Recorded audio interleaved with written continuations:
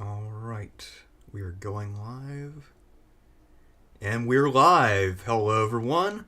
This is Thersites the Historian. I'm joined this evening by Sean Chick. We should be displaying something different than what's on the screen. We're displaying the graphic I created for Turtles 2. That's not right.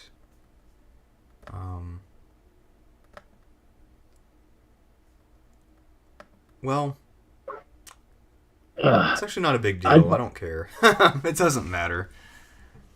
Hello, everybody. All six of you watching right now. Story, and I'm joined to see. Yeah. Hello, everybody. All six of you out there right now. Yeah, all of you hardcore Tertullians.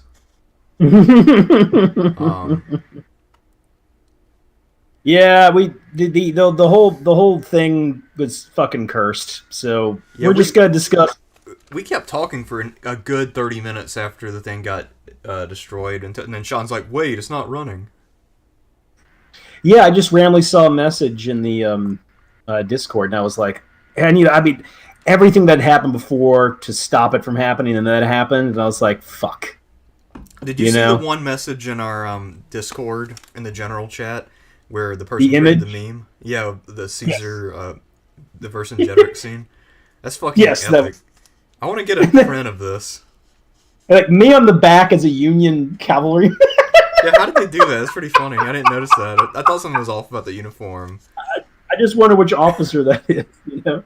Wait, we should have put that image up here for the. We should put that image for the thumbnail. Yeah, I right? can't take it down from here. I can save the image preview.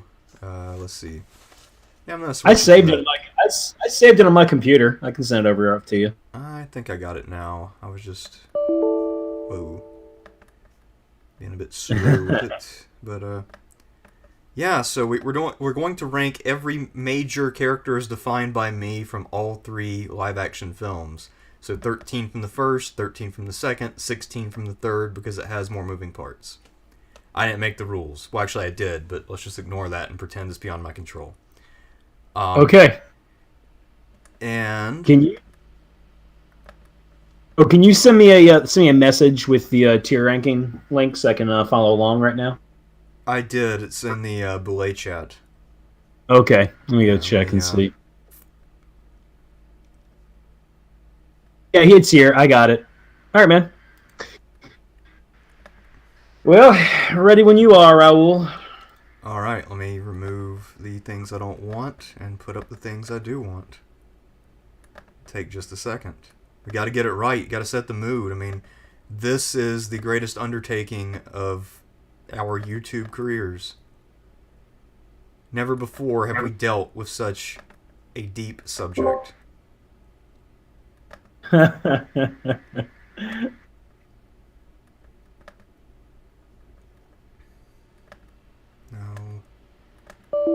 Damn it. Okay. No. I cannot use a touchpad, by the way, in case anybody can actually see this. Touchpads do suck, that is for sure. Yeah, I mean, I have pretty poor hand-eye coordination, and then this one is very slippery. So it's not a good fit, really. Oh, fuck. It's gonna get hard when we get to the third movie, man. I barely remember this hunk of shit.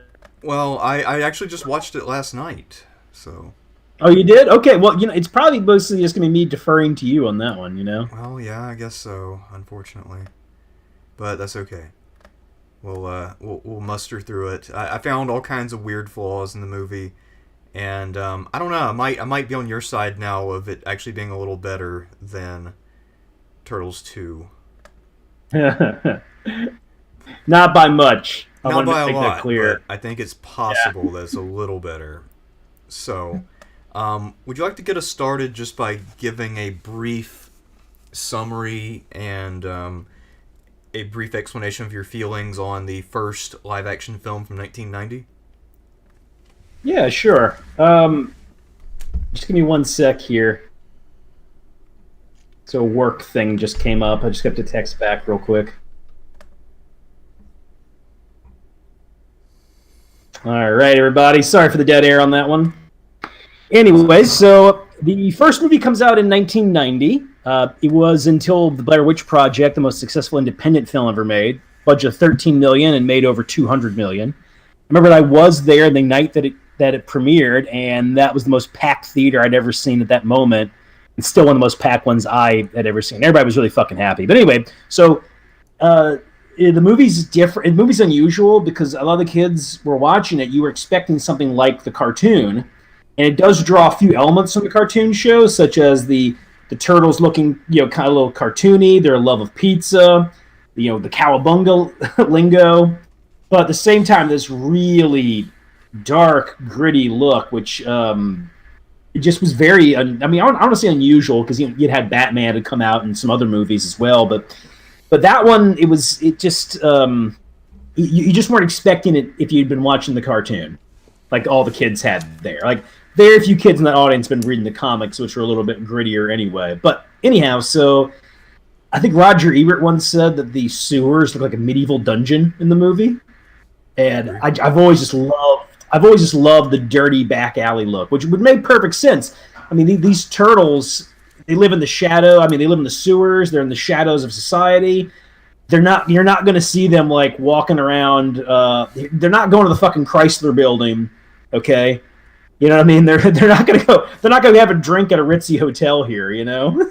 Like they're ordering pizza and having it brought to them in a gutter. So it has that. It has a really good soundtrack with, especially the Shredder theme, very evocative, and Shredder had a great introduction too. Because you first see him, you just see the back of him, and he throws a knife into a TV with a wall of TVs, and he says, "Find her, silence her." And I'm like, I've always wanted to have a wall of TVs ever since that, where I can throw knives at it and stuff. So it's a very good intro for him. Anyway, so the turtles befriend reporter April O'Neil. Through April O'Neil, Shredder figures out that the turtles are a real thing. They eventually capture Splinter and have him keep him as a prisoner. At the same time, the Turtles are having dissension in the ranks because Raphael is being really moody and very teenage moody. So he has a big fight. The Foot Clan shows up, beats him up once. They retreat to the countryside with their new friend Casey Jones, played by Elias Koteas, who's fucking great in this movie. Then they come back. They beat up the Foot Clan as a team. And they, together with Splinter, they finally defeat Shredder. The movie's action scenes are great too. They're just cartoony enough to feel like the TV show, but with enough grittiness to them. Which, by the way, is one of the reasons why the second movie sucked, because some parents and critics were like, this movie's too violent for kids. That kind of crap. That was a big deal back then, and actually still is today. We're back in the culture wars again. So this is one of those things where the moral forces of the right and left could get together and agree, to make the world less fun. But anyway, so the Turtles 1 movie, great set design. Its overall theme is all about fathers and sons, really, because you have Splinter, who is the mentor and father to these turtles, who he's taught to become ninjas. At the same time, Shredder has this thing he says is a family, which is this gang of kids who steal things, and if you steal enough things and you've done well enough with them, you get upgraded to become a member of the Foot Clan, and you become a ninja warrior. And of course, it's a bunch of youths who are disaffected. Their family lives suck, or they're just or they're just little sociopaths, whoever they might be. But they see a way. They see this new family they have, which is hanging out, playing arcade games, playing poker, smoking cigarettes, and training to become a ninja. Sounds pretty cool to me, wouldn't you say? I would say so, especially if you didn't have a strong parental figure at home. I mean, that Foot Clan hangout is pretty dope. Yeah, exactly. No, exactly, man. I liked that because I do feel like one of the problems with a lot of villains in movies today is that they don't have any appeal to them. They're either they're not particularly charismatic, or you can't see why anybody would join forces. But I've always seen that stuff being yeah, I get why somebody would want to fucking join the Shredder, Yeah, and he also preys on a very vulnerable demographic. He preys on young men who lack guidance. And I think that adds a touch of realism, and it also plays into the fears of crime that people had right around that period, 1990. Oh yeah, but the crime rate's extremely high at that point. That was the real high tide of crime in America, actually, is late 80s, early 90s. I mean, within the last 50 to 100 years. I mean, if you go back to the 1800s, crime is even worse. Yes, I mean, But yeah, so I agree. It's I mostly mean, about fatherhood and mentorship and guidance and having a family, having a place. yeah, and it's surprisingly just well acted, some really good shots. Considering it was the same director for the second movie, I'm inclined to think we have a Star Wars case here, where George Lucas is the least important, the least like George Lucas comes up with the idea of Star Wars, but he doesn't compose the music. He's he doesn't like he didn't do the special effects. He didn't even do the editing, really. Like, most of the stuff that made Star Wars a great movie was not because of George Lucas. So Star Wars, the first film, is good in spite of George. And I feel the same way with this director. Because apparently they did hire a guy, I'm forgetting his name right now, but the man they hired to do the set design work on this, the one who decided they're going to have that gritty look, he was a very good set designer. And the cinematography is not like some beautiful cinematography, but it works perfectly for what they want. Which is another thing, too. The movie's shot in a realistic way, which offsets the goofiness of the Turtles. Yeah, and this is one of those movies I can still enjoy it as an adult because there's enough there, there's enough going on, there's enough competence that I don't have to get excited for Teenage Mutant Ninja Turtles to appreciate what this film is. Yeah. No, exactly. I've always been impressed with this one. I think Roger Ebert once said this is as good as a Ninja Turtles movie was ever going to be. He said he took it from the point of view where he thought the Turtles actually. By the way, he thought Ninja Turtles were a Nintendo video game, and that's where it came from. He didn't know what the comics, the TV show. He thought it was a Nintendo game. He probably had a kid who had the game or something. Yeah, I think that's probably that's what it was. He's like, no doubt you've seen this on your Nintendo screen, your TV screens, and your kids are playing Nintendo, but. I've always just felt like this was. People ask me like, "What's your favorite comic book movie?" This is usually my pick, along with Tim Burton Batman and Captain America Winter Soldier, because this one does draw more from the comics and has more the feel of the comic book. And I consider this one, and because Eastman and Laird were more involved in this, I consider this more of an adaptation of the comics, really, with some TV elements thrown in. Yeah, I think that's fair. This is very solid film, I would say. Yeah, I'm a big fan. I like this one a lot. It's held up pretty well. Now on Blu-ray, though, you can see the lines on their costumes more.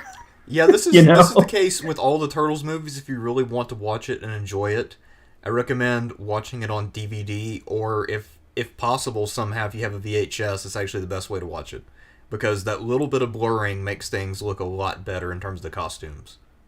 And also, it works because this was always a grainy movie. Like, even if you watch it in Blu-ray, this is not Lawrence of Arabia. You are not getting, like, crisp images. This movie was meant to look gritty, dirty, like street filmmaking. And that way, it kind of reminds me of those 80s movies that you could tell drew a lot from 70s filmmaking. So, yeah, I could go on. I know people will be like, oh, this is a fucking Turtles movie. But, like, no, I think this is a very good movie and does what it does very effectively. So yeah, I'm a big fan. I like this one a lot. I do too. If I had to rate it out of 10, I'd probably go to about a 9. Yeah, I give it a 10 myself. I just don't really know what's wrong with it necessarily either. I mean, it's got some good pacing to it. Yeah. It actually has genuinely funny moments. The voice work for the Turtles is good. Like, they each have distinct voices, like Raphael, Leo. Of course, you have Corey Feldman doing Donatello, Michelangelo, so they get some great voice work here. I'd say probably the only thing that's probably aged the least good is some of the action scenes, and of course, you can tell the turtle suits, like the shells are rubber at moments, but that's really not that big of a deal. And also, let's be honest, all special effects age. I mean, everything looks dated. And not to mention that even though this was at the very beginning of the 90s, this still looks infinitely better than the CGI movies that came out in the late 90s. I mean, compare this with Escape from L.A., for instance. Oh, yeah. Well, my thought on that one, though, the CGI thing, is that what happened is that you have directors like John Carpenter who they didn't use CGI in a creative way. They just said, well, instead of filming a helicopter, let's have a CGI helicopter. Now it looks awful. And I do feel like in the last 10 years or so, you've had people getting more creative with what CGI can do can do. Although in the end, I'm not a big CGI fan. I much prefer my practical effects. I think bad CGI looks like as bad as anything, really. But I mean, once again, about special effects, take it within their moment, right? The oh god, what's the movie? There's a Sinbad movie where they have the skeletons come out of the ground and attack them. I mean, that still looks great. The model work in A Night to Remember, the Titanic movie, is excellent. Yeah. Now, it doesn't look like the crisp CGI 1997 movie, but I'm looking at them like, this is really good 1950s model work. You guys should be proud of what you did, So I also consider, I try to consider special effects in the decade it comes out, Yeah, and I think as well. For the 90s even, I mean, this is really a decade-straddling movie. I think for its period, it was excellent. Oh, yeah, definitely. That was kind of thing, too. Like, a lot of people were expecting the movie to be utter crap, even kind of kids. Like, I remember kind of like this movie being like, yay, Turtles, but also being like live-action Turtles. I don't know about this, like I thought. And I was taken right away. And, I dug the darkness. I liked the action scenes as a kid in particular. Also being a big Raphael fan, it was great to see the focus on him. So this VHS got a lot of use when in the 90s for me. Yeah, mine did too. Mine is long gone though. But as we transition to talk about different cast members, or not different cast members so much, I'll mention cast members. We're actually rating the characters themselves, not the cast members. But one thing to keep in mind is that the cast of Turtles 1 went on to have the most successful careers by a mile compared with the cast of the next two movies. And it is not close at all. Although especially the third one. There are a handful of people in the second and third movies who are pretty accomplished, however, so I don't want to, demean them by any means. But the first movie, it's pretty much all people who were successful, which is kind of crazy. Okay. Yeah. Well, the one is the April O'Neil actress. I really liked her in the first movie. She's not in the second one. But I mean, what happened to her? I don't remember ever seeing her in anything after this movie. She was in some other stuff. I forget what else she was in. Most of the things that she was in that I saw were not things I'm familiar with. So, not really the kinds of movies that I was watching back then. That being said, I mean, I have to say, as April O'Neil, I think she nails it, and not just the aesthetic, but more the personality of April. Because she kind of has a nice blend of being mature and responsible, but also has a sense of adventure and wonderment. And I feel like that's precisely what she needs as someone who's going out to discover the turtles, and also someone who has the curiosity of a reporter. So I feel like she absolutely nails the role. I liked her flip out when she actually sees the turtles. When she wakes up. She's like, I'm like in a version of Alice in Wonderland. Yeah, I mean, and it's just the perfect thing because she freaks out at first like anyone would. She comes around. She has good chemistry with the turtles. She has good chemistry with Casey. She gets along with everybody. Everything flows. She delivers her dialogue convincingly. And I'm saying all this by comparison with the Paige Turco, April O'Neil, which we'll get to in due time. Yeah, so for me, this is the definitive April O'Neil portrayal. Even better than the Megan Fox one, if you can believe that. Yeah, well, Megan Fox is a great actress, Although I do have to say, in the 2012 Turtles, no joke, she is the best actress in the entire movie. And I hate to put it that way, but it is true. Even though she's like an F tier and everyone else is about a Z. Yeah, I don't know. What would you think for her, S or A?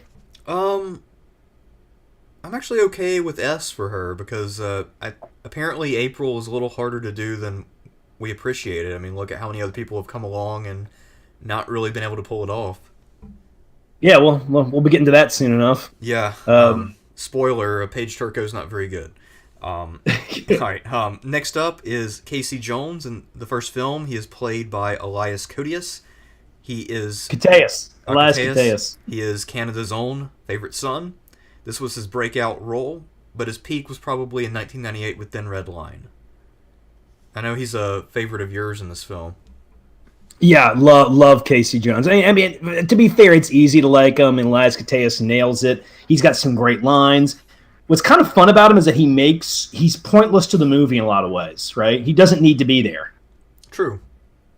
Although I think he does do a good job of giving Raph somebody to fight, because otherwise if he's fighting the Foot Clan constantly and not telling his brothers, it becomes a problem. So I think he actually does fit.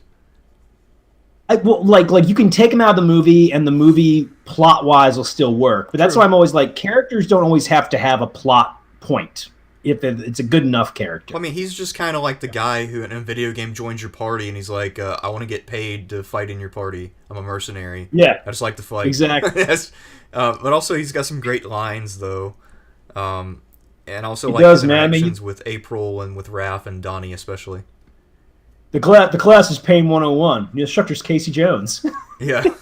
Or Donatello says something to the effect of, "Oh, you're claustrophobic. I don't like men." Yeah, God, that line. Yeah. And don't keep this in mind too. Casey Jones is the one who kills Shredder. Yes, he is. Although He does it the most casual way too, which people hate. Which a lot of critics are like, this movie's too casually violent. I'm like, I don't know, I don't fucking care. I like it. Hits the button, he goes, "Oops," and then smashes. That's completely in character for Casey Jones, though. I mean, he was literally on the streets to beat the shit out of people. That's why he's there. Exactly. I mean, he's a pure. He's like, it's like Death Wish, only kind of fun and not super like not super reactionary, you know.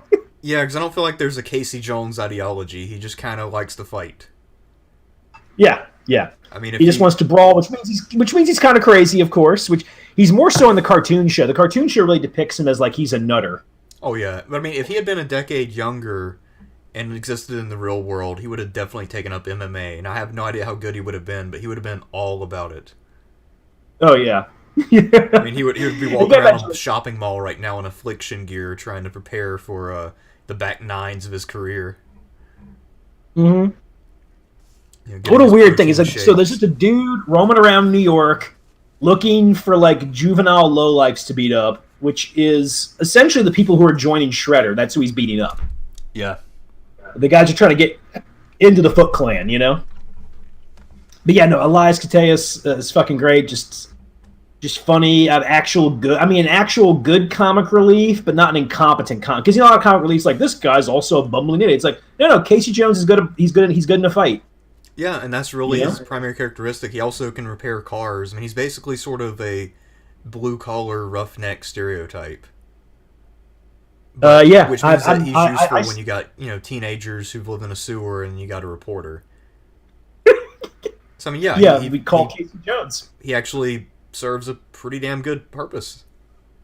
Yeah, you're in that situation, man. Call Casey Jones, you know? Yep. And actually, I guess he is important to the plot in the sense that he got the truck running to get them back. He did. He was important in that regard. That's true. The Turtles are not going to be mechanics necessarily. So I guess that's his main plot point. Oh, real quick, did you want to do another book thing where highest Super Chat total gets a book? Sure, let's do that. All right, man. Well, there you go, everybody. Highest Super Chat total gets you a good history book. I've got a stack of them here. I will say, though, because of some stuff with because of Christmas and other things, they will not go out until after Christmas, but they will definitely be sent. Just letting you know, okay? So don't expect it right away, but definitely get you a book. All right. Anyway, so Casey Jones, S tier all the way, right? Yeah, I mean he's the perfect sort of supplementary character. Just like this great NPC you can plug into your party who actually contributes. Yeah. Next up, we get to the Turtles themselves. First up is Raphael, and if you're wondering why I placed him in the order I did, I just followed the IMDb order because I decided to make it my own to that extent. Raphael was played in the suit by Josh Pace, who also plays Hoyt Vaughn in Joker, who is the boss of Arthur Fleck, who fires him at the clown agency. So that's that's a big role he's done. And unlike most of the other guys, I think he might be both the voice and the suit. Because everybody else, there's a difference. He has a role in the movie besides Raphael. He's he's a passenger. The guy in the cab. Yeah. Actually, they all have other roles because most of the guys in the turtle suits don't actually speak in the suits. Yeah, but what's great about that one is that's like Raph hits the car and he's like, the guy's like, "What was that?" And he goes, "Oh no, it's a giant turtle." Anyway, you still going to 58th Street? Yeah, I mean, it's like you hear Raph talking about Raph, and that also happens with Michelangelo too. Although Oh, cool. we don't notice it as much because it's a different voice, but the pizza man who Mike rips off is actually the guy who plays in the suit or the That's voice. amazing. That's Yeah, fucking great, man. That's a great scene too. I know. It's one of the more memorable scenes. Wise men say, "Never pay for late pizza." Wise men say forgiveness is divine, but never pay full price for late pizza. Yeah, exactly. So Raph is it is the first movie really focuses on him more than anybody else. Although I'd say Leo would be the second because Leo and Raph have their problems. Yeah, they do. Yeah, but Raph is it's about the way that he's like dealing with his anger and everything. He doesn't feel like he's quite as much a member of the group. He doesn't feel as tied to his brothers as the other three are to each other. I think for like a lot of people, especially if you're like you're growing up and you're like a moody teenager, then you're like Raph's your favorite from the first movie, of course. Yeah, I mean, actually, I'd never given a shit about Raph before I watched that movie. And then I, appreciated what he brought, and that if he's able to take on these guys for such an extended period of time, he must be one of the better fighters among them. So Oh yeah, it gave he's me a lot more appreciation. like that part in the roof when he's like, "Come on, hey, you guys expect to beat me," and then the Morpher show up and he goes, "Good answer, good answer." Also, in some of the newer ones, they worry about who's the strongest of the turtles, and there's sort of a really harsh competition between Raph and Leo, because it's not entirely clear which one of them is the better fighter. It's just that Leo's the leader because he's wiser and cooler headed, but he's not necessarily better. They're maybe about equal. I see, but it's kind of like in maybe like in the Iliad where you got Ajax and Achilles, but Achilles is definitely more of a combat leader, and Ajax is more of a let's smash shit. Yeah, and then Odysseus is not quite on the same level as Achilles. He can hold serve with a lot of other guys, but he's not in that top tier of physical fighting, but he's very good at strategy. Yeah. Odysseus is a good fighter, but he's not an Ajax or an Achilles. Although he does Or a hold Hector. serve with Ajax in a wrestling competition for Achilles' armor. Yeah, but remember, he does some kind of cheating thing in Yeah. that one because that's what he fucking I does. mean, Ajax is big. I mean, he'd have to be fucking stupid to be giving up size and not cheating. No, I like it when in the Odyssey when Odysseus is in Hades in the underworld, he runs into Ajax and he actually tries to like apologize to him, like, "Hey, I kind of feel bad that I did that, and then you fucking died," and Ajax just won't talk to him.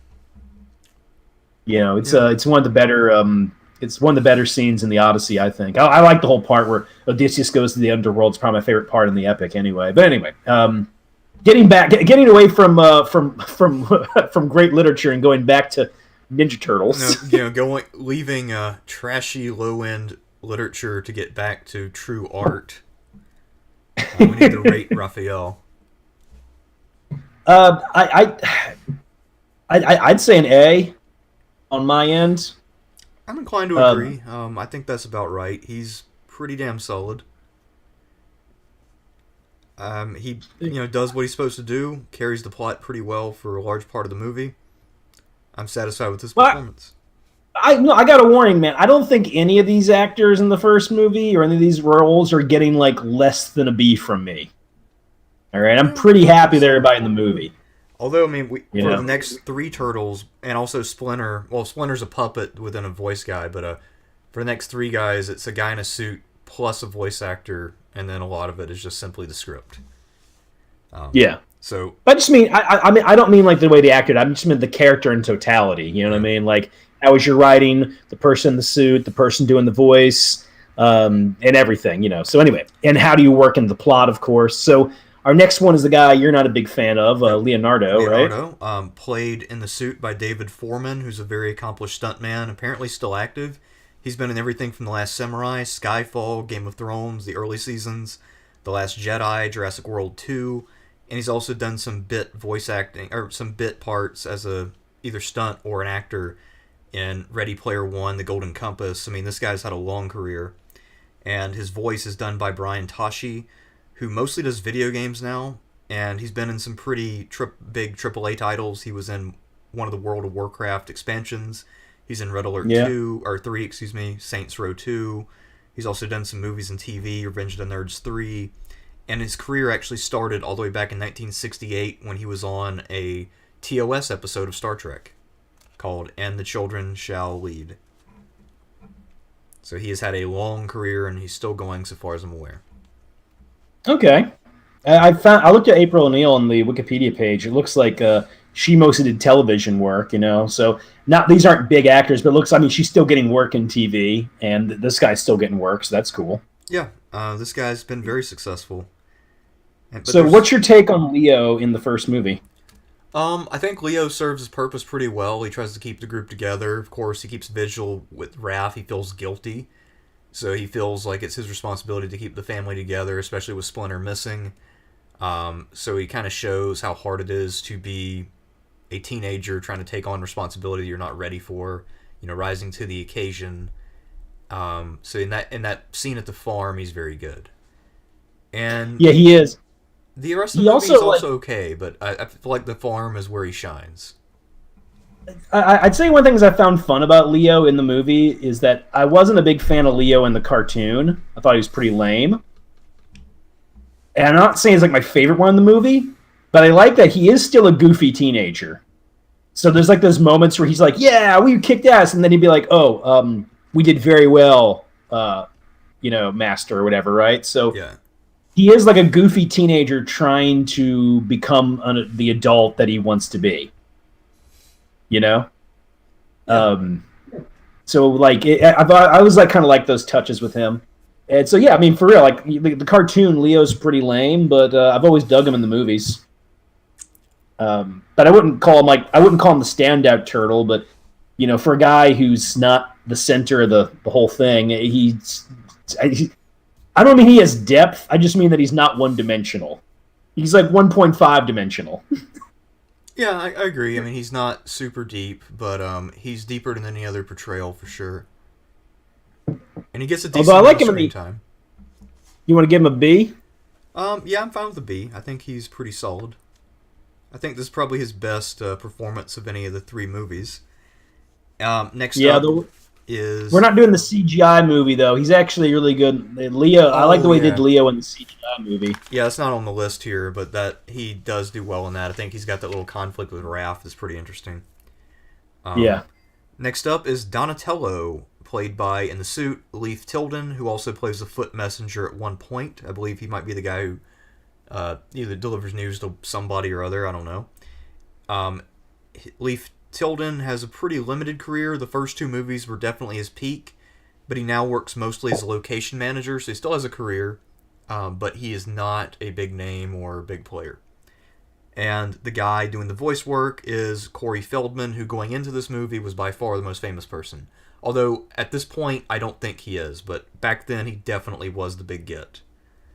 No, I'd say he's still the most... He's except for Sam Rockwell, who has a few lines... I'd say Corey Feldman's the biggest actor in this one. I would say it would either have to be probably Kevin Clash, who we'll get to later. Okay.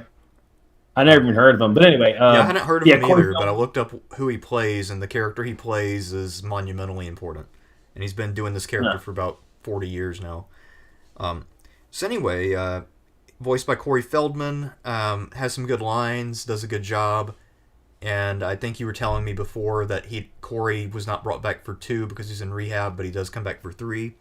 So the original intention was to feature Corey Feldman very heavily in 2, but he was unavailable. So they actually found a gentleman by the name of... Oh, never mind. That's Turtles 2. We don't need to worry about that now. But yeah, we'll get to that later. Yeah. No, Donatello in this one... I mean, he doesn't really have the whole scientific thing going on as much in this one, except for the fact that he works on the truck with Casey Jones. That's the closest he's getting to something scientific, really, right?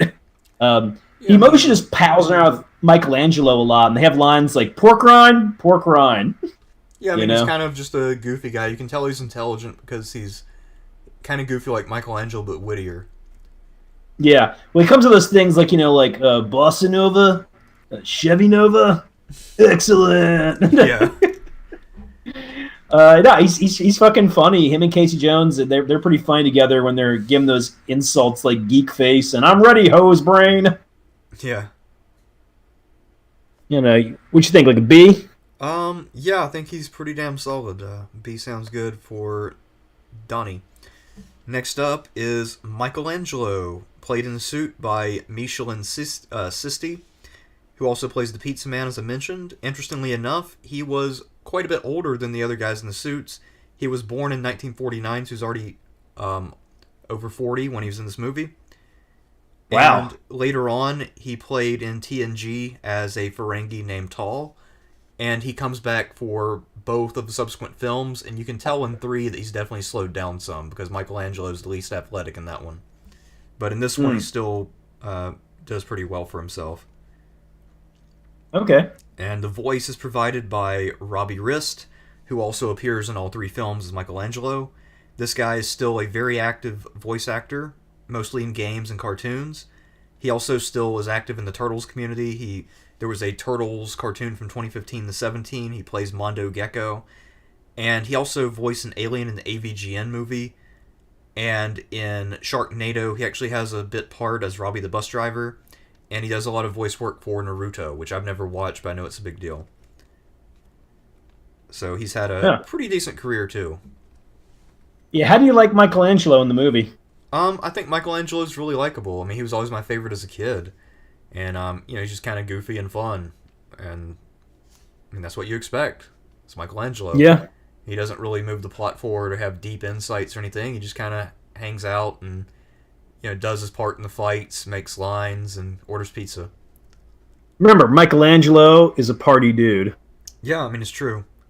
He's kind of got the simplest character, but at the same time, if you think about what a hothead Raph is, and how Leo can sometimes get a little too serious, and then how Donatello can over-intellectualize. I mean, Michelangelo's kind of the glue guy. He's kind of like the Ringo Starr of the Turtles.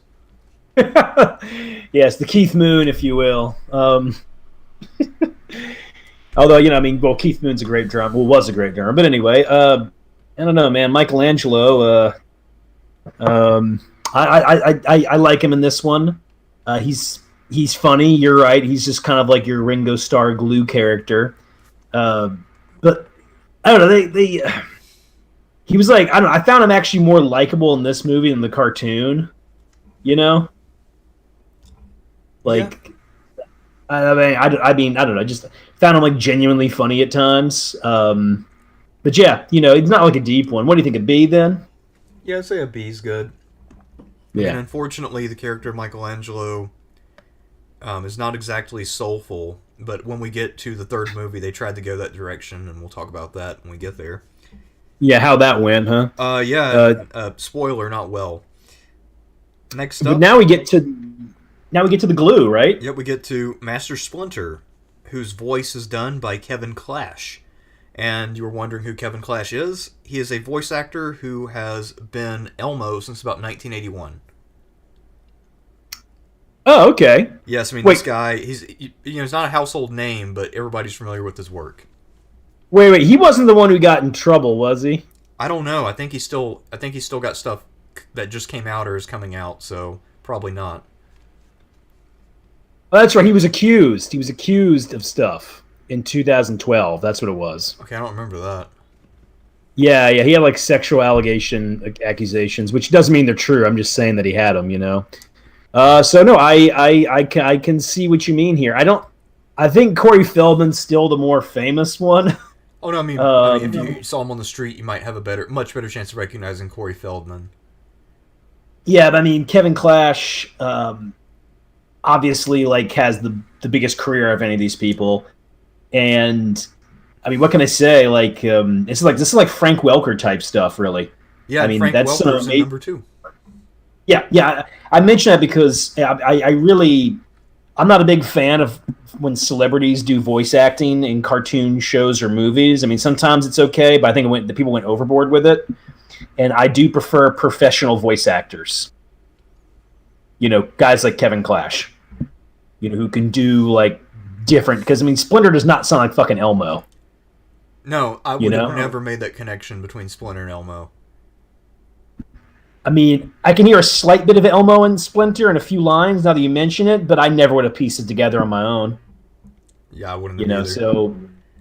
So he did great voice work on him in this movie. That's that really, really top flight, you know? Yeah, and I mean Splinter's performance as a whole, the lines they gave him, his role in the plot as the positive father figure, almost like the grandfather in a way, who Yeah. provides not only guidance for his own boys but also for Danny. Um, I think with the whole theme of fatherhood, Splinter is really the glue of that whole thematic concept. Oh yeah, I love all the scenes where Splinter's the prisoner. Yeah, those scenes are all really good. Yeah, no complaints, man. I think they pulled off Splinter great. His final confrontation with Shredder is pretty good too. You know, A or an S on this one? What do you think? Um, I'm actually thinking S. S for I'm down Splinter. for that.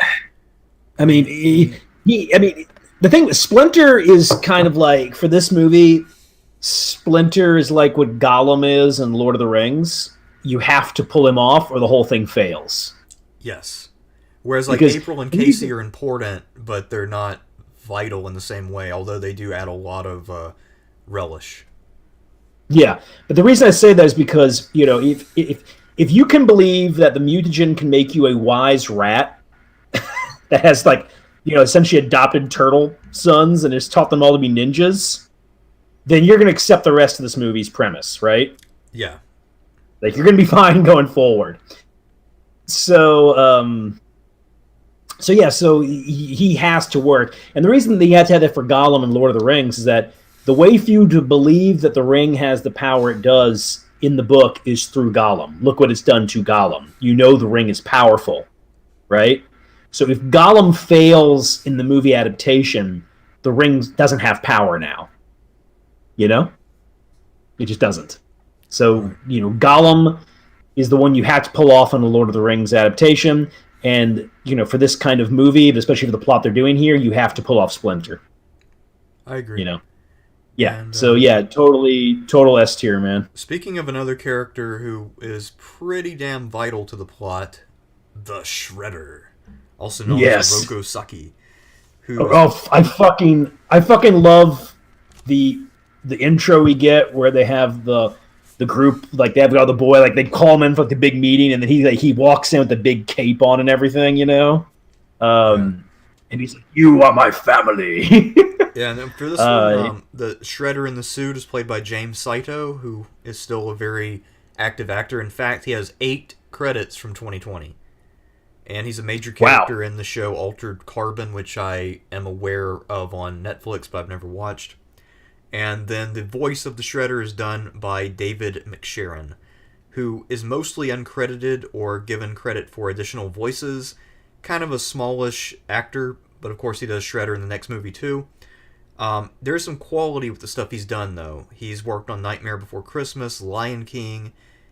Unfortunately, he also did an in-person role in Larry the Cable Guy Health Inspector. So, fairly limited career, but not altogether horrible. Yeah, looks like a limited career, but mostly good stuff. Um, yeah, what do you think of the Shredder in this one? Shredder is intimidating. I mean, at least so far as you can get away with in a goofy movie about a guy who wears, shredded soup cans on his shoulders and head. Um, he's intimidating. He clearly is angry. He's manipulative. So he's got a little bit of the demagogue. He's clearly a very good martial artist. He preserves himself so he doesn't go out and expose himself too much. So he keeps that feeling of dread by remaining in the shadows. He definitely gives off a Darth Vader vibe the way that he moves. Um, Yes, complete with the cape and just having the suit, you can't really see his face, and being that, I mean, he's not a cyborg in the way that Darth Vader is per se, but he's a person who has he's not natural, if you get what I mean. This is a guy who's chosen to run around with blades on his shoulders. yeah, I mean, this guy's hardcore, and like we were talking about earlier, I mean, he is a very skilled criminal. He knows exactly who to go after, what vulnerable demographic to try to corrupt. Um, and yeah, I mean, you can kind of believe him as a crime leader because, like we were talking about at the outset, he does a lot to keep these kids loyal. He provides entertainment. He provides a sense of belonging, and he does have some kind of dark charisma. So, This guy And is a great villain. he's definitely got fucking presence, man. Yeah, and I'll say too, like, I mean, he's beating the shit out of the turtles in their fight with him, right? Yeah, as he So should. as he should. No, he's got a fuckload of intimidation factor, really. And he's I've also, always you know, he's considered, also a highly experienced but still in his prime professional martial artist. Whereas the turtles are teenagers. They're very good, but they're still very young. yeah. No, I really think that I think the Shredder is in this movie is one of my favorite action movie villains. Not like a favorite, but like one that I'm always like that was really well done, and I don't really see any weaknesses with him. You know, the only thing I mean, it's kind of a given with the plot though, but part of me is like, the stakes in some ways are very low, which I guess I also kind of like because it seems like every other Marvel movie, it's like if we don't do this, the Earth blows up, right? And you're like, oh, what again, right? Or like fucking Doctor Who. If you watch Doctor Who, from like 1963 to today, I think the Doctor at least once a season saves Earth from total obliteration. I kind of like that the stakes are low in this movie. It's just like wayward teenagers robbing people being led by a martial artist with blades. Yeah, stealing This is TVs not. out of the back of vans. Yeah, this is not like if we don't stop the Nazis, they'll get the Ark of the Covenant, and then they'll open up the Ark and they'll kill themselves. Okay, well anyway, you get my drift though, Yeah, but right? also I like how because it sounds so fucking ridiculous that there's a gang of ninjas running around stealing stuff, the police don't buy it, and then April's boss won't report it. And I wonder if Shredder kind of understood that on some level. Yeah, I could see that because he's definitely portrayed as, of course, being like a great warrior, but also very shrewd and Yeah. ruthless. Although I mean, he I don't know. I definitely gotta does get. have a temper problem that you can pull out of him if you provoke him, just like Splinter did. True. I say we give him an S for Shredder. I agree. He's. I don't really have any critiques of his performance, either the body guy or the voice guy or his role in the movie. I think they nailed the hell out of it. And Shredder was established as an absolute badass. I really bet that it'll be so easy to maintain that in the next film. Um, so next up is Master Tatsu, and the Yes. person is Toshihiro Obata, but the voice is Michael Mcconaughey. Now, both of these guys are actually extremely impressive individuals, but for very different reasons. And you wouldn't know it from watching either this film or the next one. However, Toshihiro Obata didn't really do much acting. However, he is an internationally acclaimed swordsman from Japan. He owns Sweet. 80 dojos around the world, and he travels the world teaching people how to fight with swords. I mean, he's one of the most respected swordsmen on the planet. So this is a serious martial artist. Unfortunately, he does very little martial arts in this movie, and I think that this is one of the few things they fucked up on, is not utilizing him more. Because he has the skills. Next up, the voice actor Michael Mcconaughey. He's been in a lot of video games in the recent past, and almost every great franchise, or a lot of them, you can think of that you as a casual gamer out there have probably played at some point, this guy's been involved with. So, here's just a few of the things he's been involved with. He has been in some Resident Evil games. He is the Muso mode narrator in Dynasty Warriors 6. He voices Zhang Liao and Zhou Tai in Dynasty Warriors 4 and 5. He is the voice of Astaroth, who has a very distinctive voice in Soul Calibur. Sounds nothing like any of the other guys I just talked about. And he's also the narrator in a game that's near and dear to my heart, Dynasty Tactics 2 for the PS2. One that I've put in countless hours on. So I had no idea who this guy was, but yeah, he has actually been a part of my life very consistently ever since this movie came out in 1990. I just didn't know it. Yeah, you're right. They underutilized his martial arts skills for sure. He does have some of my favorite like little parts in the movie, like when that one kid just runs into him and he just looks at him and like he just looks like he's getting mad and just says "Go play," and he like moves his fingers. Yeah, no, he's great. He's got a great character. Yeah. I just wish he'd gotten more opportunities to shine as a fighter. I feel like he just did this for money so he could get his dojos up and running, which is fine. It makes sense, but Oh, it makes perfect sense. I also like that part where he's like sparring with the one kid, and the kid lowers his eyes and kicks him, and he goes, "Never lower your eyes to an enemy." Yeah, no, he definitely comes off as a badass. I can only imagine learning martial arts from this guy. It would probably be intimidating as hell, especially if you were a kid. Because remember Yeah. when I did take Taekwondo, there was a part of me that was afraid that the instructor would end up being Master Tatsu. Or somebody like him. I mean, not literally him, but somebody like him. But I guess those That's kind of amazing, people don't man. teach kids. Although the people I was telling you about earlier, the McNamara twins from the Twin Dragon movies, they basically are this guy in real life in terms of temperament.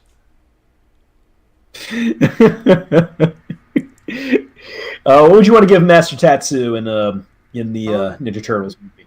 I think he's a B. I mean, he's a pretty convincing, intimidating guy. He's there to keep all the troops in line. I assume he does the training and keeps order, but he's not. I don't think. Like again, I didn't know this until I did the research for it last night, but they could have done a lot with him. But I guess we have to judge the movie on what's there, not what could have been there. Yeah, yeah, I go with the B.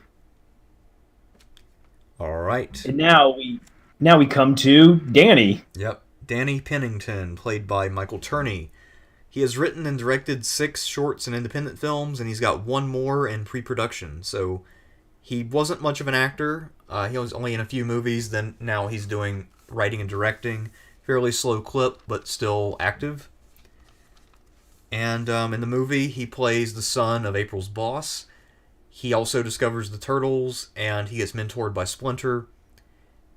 And while most sort of kid and teenage actors are pretty bad, I actually thought that he did a pretty good job with what he was given.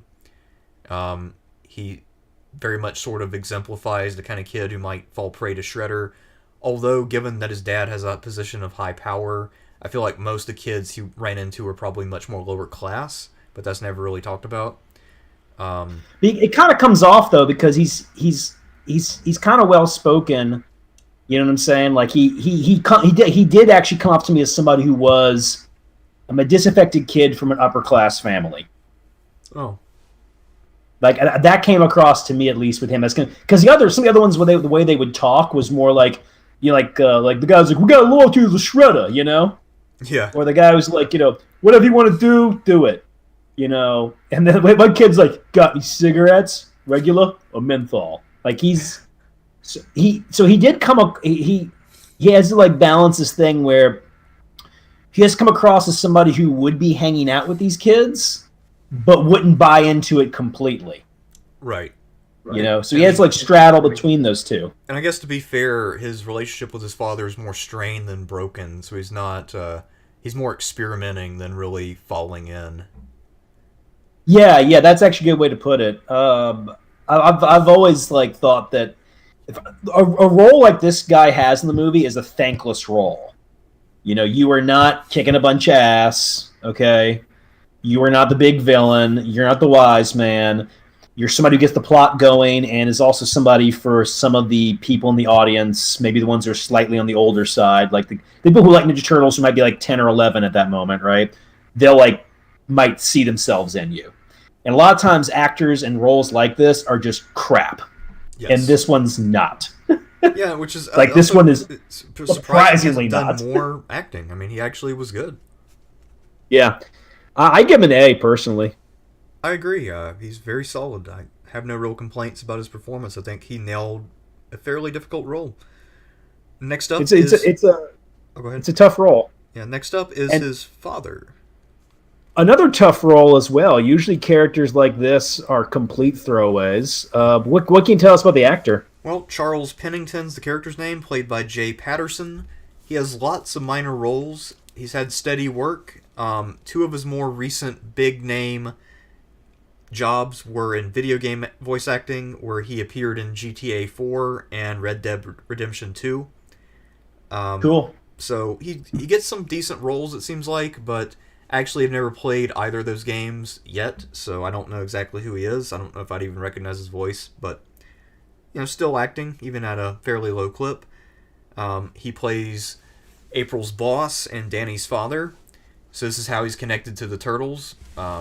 Since they stay at her apartment at one point, Danny comes over with his dad.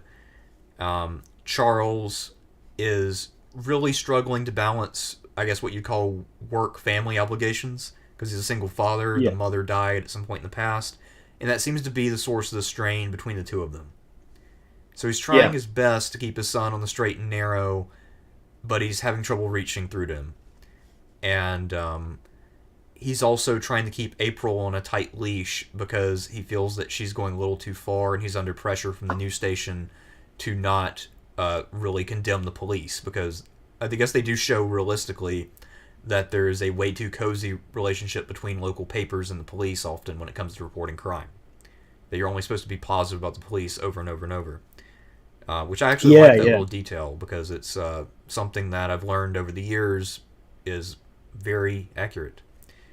So I feel like he straddles the line of someone who intends well, but ultimately kind of plays this character who thinks that he's doing good by mediating evil from his bosses, and trying to keep April in line while giving her more rope than the next guy up might. Yeah. So actually, I think he does his role well, even though it's fairly limited and, like you said, fairly difficult. So he's not just... It's a thankless. It's really a thankless task, It is funny looking at him because he's that example of the physically he has that bald thing going on that people did back then, where it's like, instead of shaving your hair, you try to keep hair on the sides. Yes. And I guess actually also that was supposed to show, I think back then in movies, the characters that have that going on is supposed to show that they are old enough to be mature and powerful. It's kind of like the pate of power, if you will. I would honestly give him a B. The actor does his role fine. Once again, it's a thankless task, but he does it pretty well, I'd say. Yeah, I can't really fault him. And also, oh, go ahead. So usually characters like him are just complete throwaways in this movie, and I'm not saying he's great, but he's not a total throwaway either. And then last and probably least, also to the best of my knowledge, the only major cast member who is no longer with us, Chief Stearns, played by Raymond Serra. He was a character actor who did mostly sort of minor blue-collar style roles, such as a barber or a guy hanging out in a diner or an onlooker. The character of Chief Stearns, he is the police commissioner, or not the commissioner, but you know what I mean, he's the chief, and he deals a lot with April and Charles. He is mad that April's reporting about the Foot Clan because he thinks it's bullshit, and it also makes him look bad as if he's just ignoring this major problem he thinks is total bullshit. I think he's actually the weakest of the main cast of this movie. I don't think he's bad, but his role's pretty limited, and he's just kind of I guess what you might call a political cop. The cop who's more worried about his reputation than doing his job. And that's pretty much the only element of his character. Also, somebody who's like he's got his little fiefdom. He doesn't want to be told what to do. I do think the actor does well with the role. I've always remembered him. Yeah, I do. He's good at getting angry, right? Yeah, it's just not a good role. It's just not a great role, but honestly, it's not terrible. And to be honest, I usually think the crappy police chief in these movies is usually worse than him. I think you're right. Yeah, that's true. I go with a C, honestly. I agree. I mean, but I'm with you. He's the weakest part of the main cast here for sure. And having a C as your weakest link is really not that bad at all. Really not that bad at all, man. Once again, I think this is a very much underrated film in some ways, but maybe not entirely. I mean, it is fondly thought of. It's not like people are like, "Oh, this movie sucks, man," But yeah, I dig it, man. I like Ninja Turtles 1. It's nice talking about a good movie because now we gotta get to the shit. Yes, so Teenage Mutant Ninja Turtles 2: Secret of the Ooze. The film that I tried to do an audio commentary on earlier this week that got copyright struck by New Line Cinema, even though at this point I seriously doubt they're making all that much money off of it 29 years after the fact, but what the hell do I know? Do you want to answer our 2 super chats we got right now? Sure, let's go ahead and do that real fast. So first up is from Michael Klein. Book recommendation, Empire of the Summer Moon by S.C. Gawain. Also, what were your favorite cartoons growing up as a kid? Thank you for the book recommendation. My favorite cartoons as a kid were actually the 1989 Turtles, I also liked Batman the Animated Series. Yeah, great one. I, as I was an older kid, I really got into Johnny Bravo and a little bit into Dexter's Laboratory. Um, and also, even as a kid, I got to watch Beavis and Butthead, and I absolutely loved it. Even though I probably shouldn't have been watching it at 9 years old, but that's okay. I still No, you should have been watching it. yeah, It's fine. it made It's me totally the man I fine. am today. What about you, Sean? Yeah, I liked most of the ones you named. Yeah, I really got into the Turtles when they were out. Just a lot of fun. The toys were great. I mean, honestly, I think like what really sold us was the toys more than anything else because I mean we liked the show, we watched the show, we're into the show, but we really liked the toys on that one. Oh yeah, dude, I had a massive collection of turtles back in the day. That and Yeah, Jurassic Park exactly. and Power Rangers. I was really into that shit. A more extreme example of that would be GI Joe. I wasn't a big fan of the show, really. I mean, sometimes I liked it because sometimes GI Joe would do really weird, crazy shit, like that one episode where they turn the guy into a killer whale. You know. Yeah. So I do dig that GI Joe would just be like, "Ah, let's go nuts," you know. But I like the toys way more, of course. You know, because if you're gonna do like a military type plane thing, that was the thing to use, right? But the Batman the Animated Series was probably the last cartoon I was into, like before high school, and that one's always been impressive to me. Great animation, superb music. It really is like the best Batman you're going to get. So yeah, that cartoon show, as far as like that type of that era, I mean, that is the gold standard, right? That's the Lawrence of Arabia of the cartoons, anyway. So yeah, Batman the Animated Series is great. I was at one time a big fan of Darkwing Duck, but not as much anymore. But one I also really, really liked was Ducktales.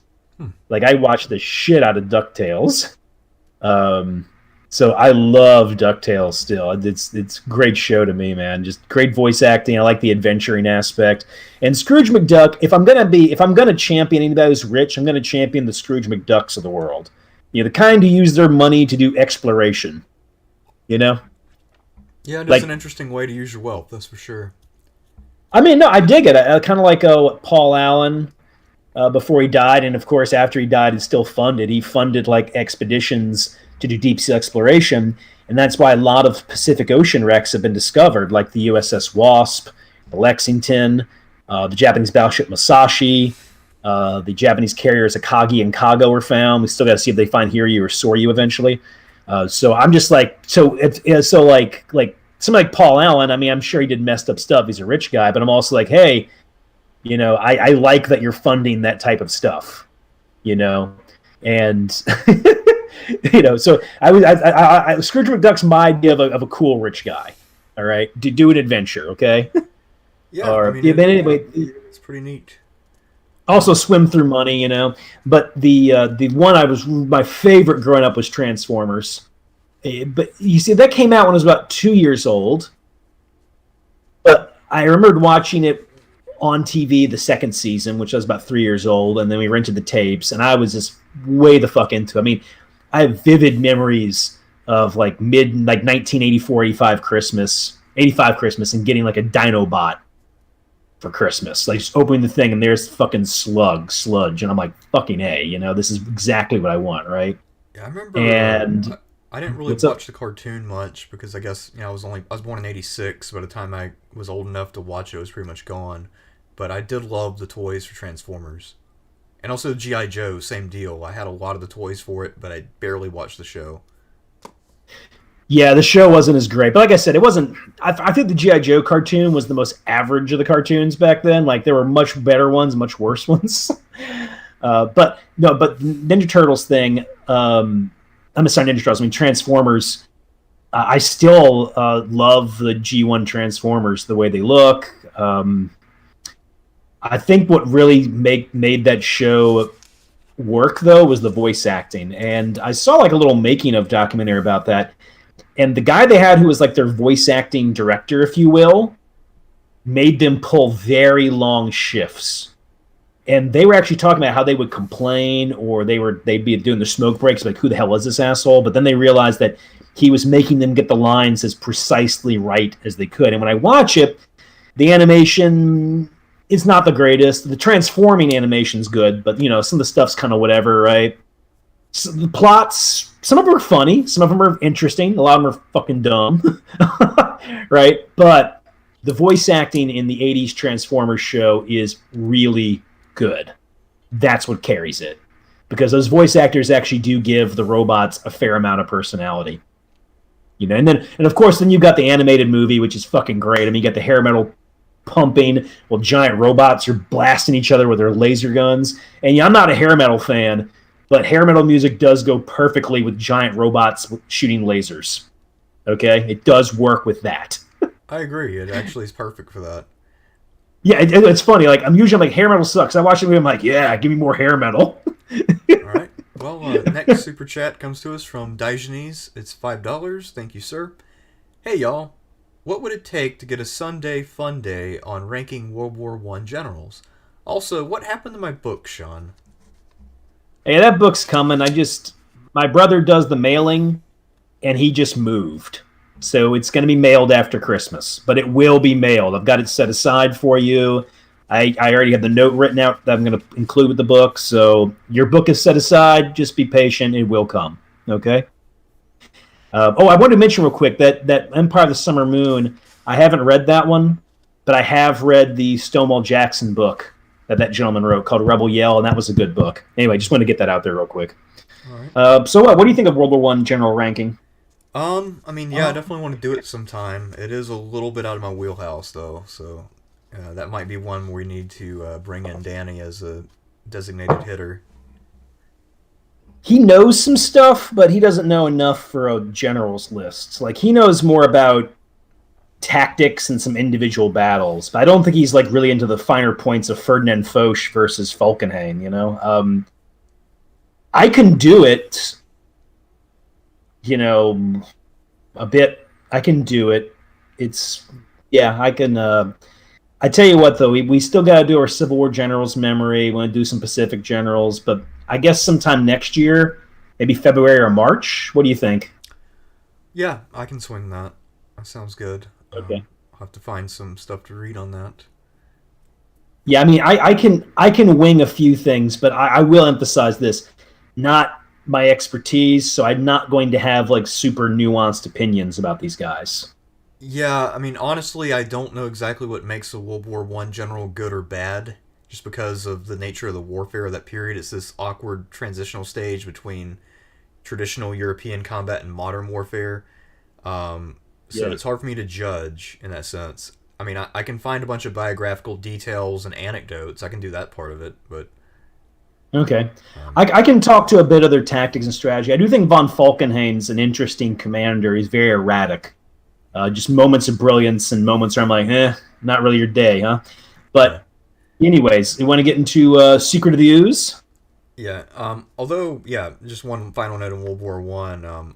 I do have to say, though, just to clarify, I find it much easier to identify complete idiocy than I do being very competent in World War I. Because, I mean, the idiocy is obvious with some of the decisions, such as some of the things the British do at Gallipoli, for instance. Not very smart. Yes. Anything I have that what's his name in Italy did, Luigi Cadorna. Yeah. I can talk about Patan in particular because I did read a biography of him, and I do find him one of the most fascinating figures of the 20th century. But anyway, Secret of the Ooze. Secret of the Ooze, 1991. I think this film was shot and edited and released within a year of the original. Was 10 or 11 months. Very rapid turnaround. And always a good sign. Always a good sign. Yeah, they lost quite a few cast members. We'll talk about that. They were also unable to bring back some important characters, and they failed to utilize a lot of the better assets from the comic books and from the TV show. So, for instance, there's no Bebop or Rocksteady. There's no Krang. So those are big misses right there. And spoiler, they also do not appear in Turtles 3. So basically, one of the things which made the first one good that we didn't really talk about much is that it was kind of a journey of discovery. It's introducing these new characters, and it's introducing their sort of mysterious origins, and it just kind of glosses over, there was some canister of green shit, and we all got in it, and there was some contact with human DNA, so we became these creatures. It was a fine explanation. You don't want to go into super detailed explanations of fake science, right? Otherwise, it gets ridiculous. Just accept it at face value, move on. Who cares? So basically, this movie, in some ways, is making the Phantom Menace mistake of trying to explain in a little bit more detail how the turtles came to be. They don't go into midichlorians and some of that level of detail, but they do talk about the Ooze's properties. So there's a little bit of quote-unquote science here. And beside that, this one is definitely made for a much younger audience. This one was geared towards kids who were about 5. And the reason I know that for a fact is that I was 5 at the time and I thought this movie was fucking amazing. Because all the action is super goofy. It's very light. The palette is not nearly as dark as the other one. April's apartment's well lit, for instance, and clean. A lot of the scenes tend to be much more clean than in the first one. Even the junkyard the Foot Clan operate out of is much more well lit than almost any of the environments from the first movie, even though it's a fucking junkyard or a dump or whatever it is.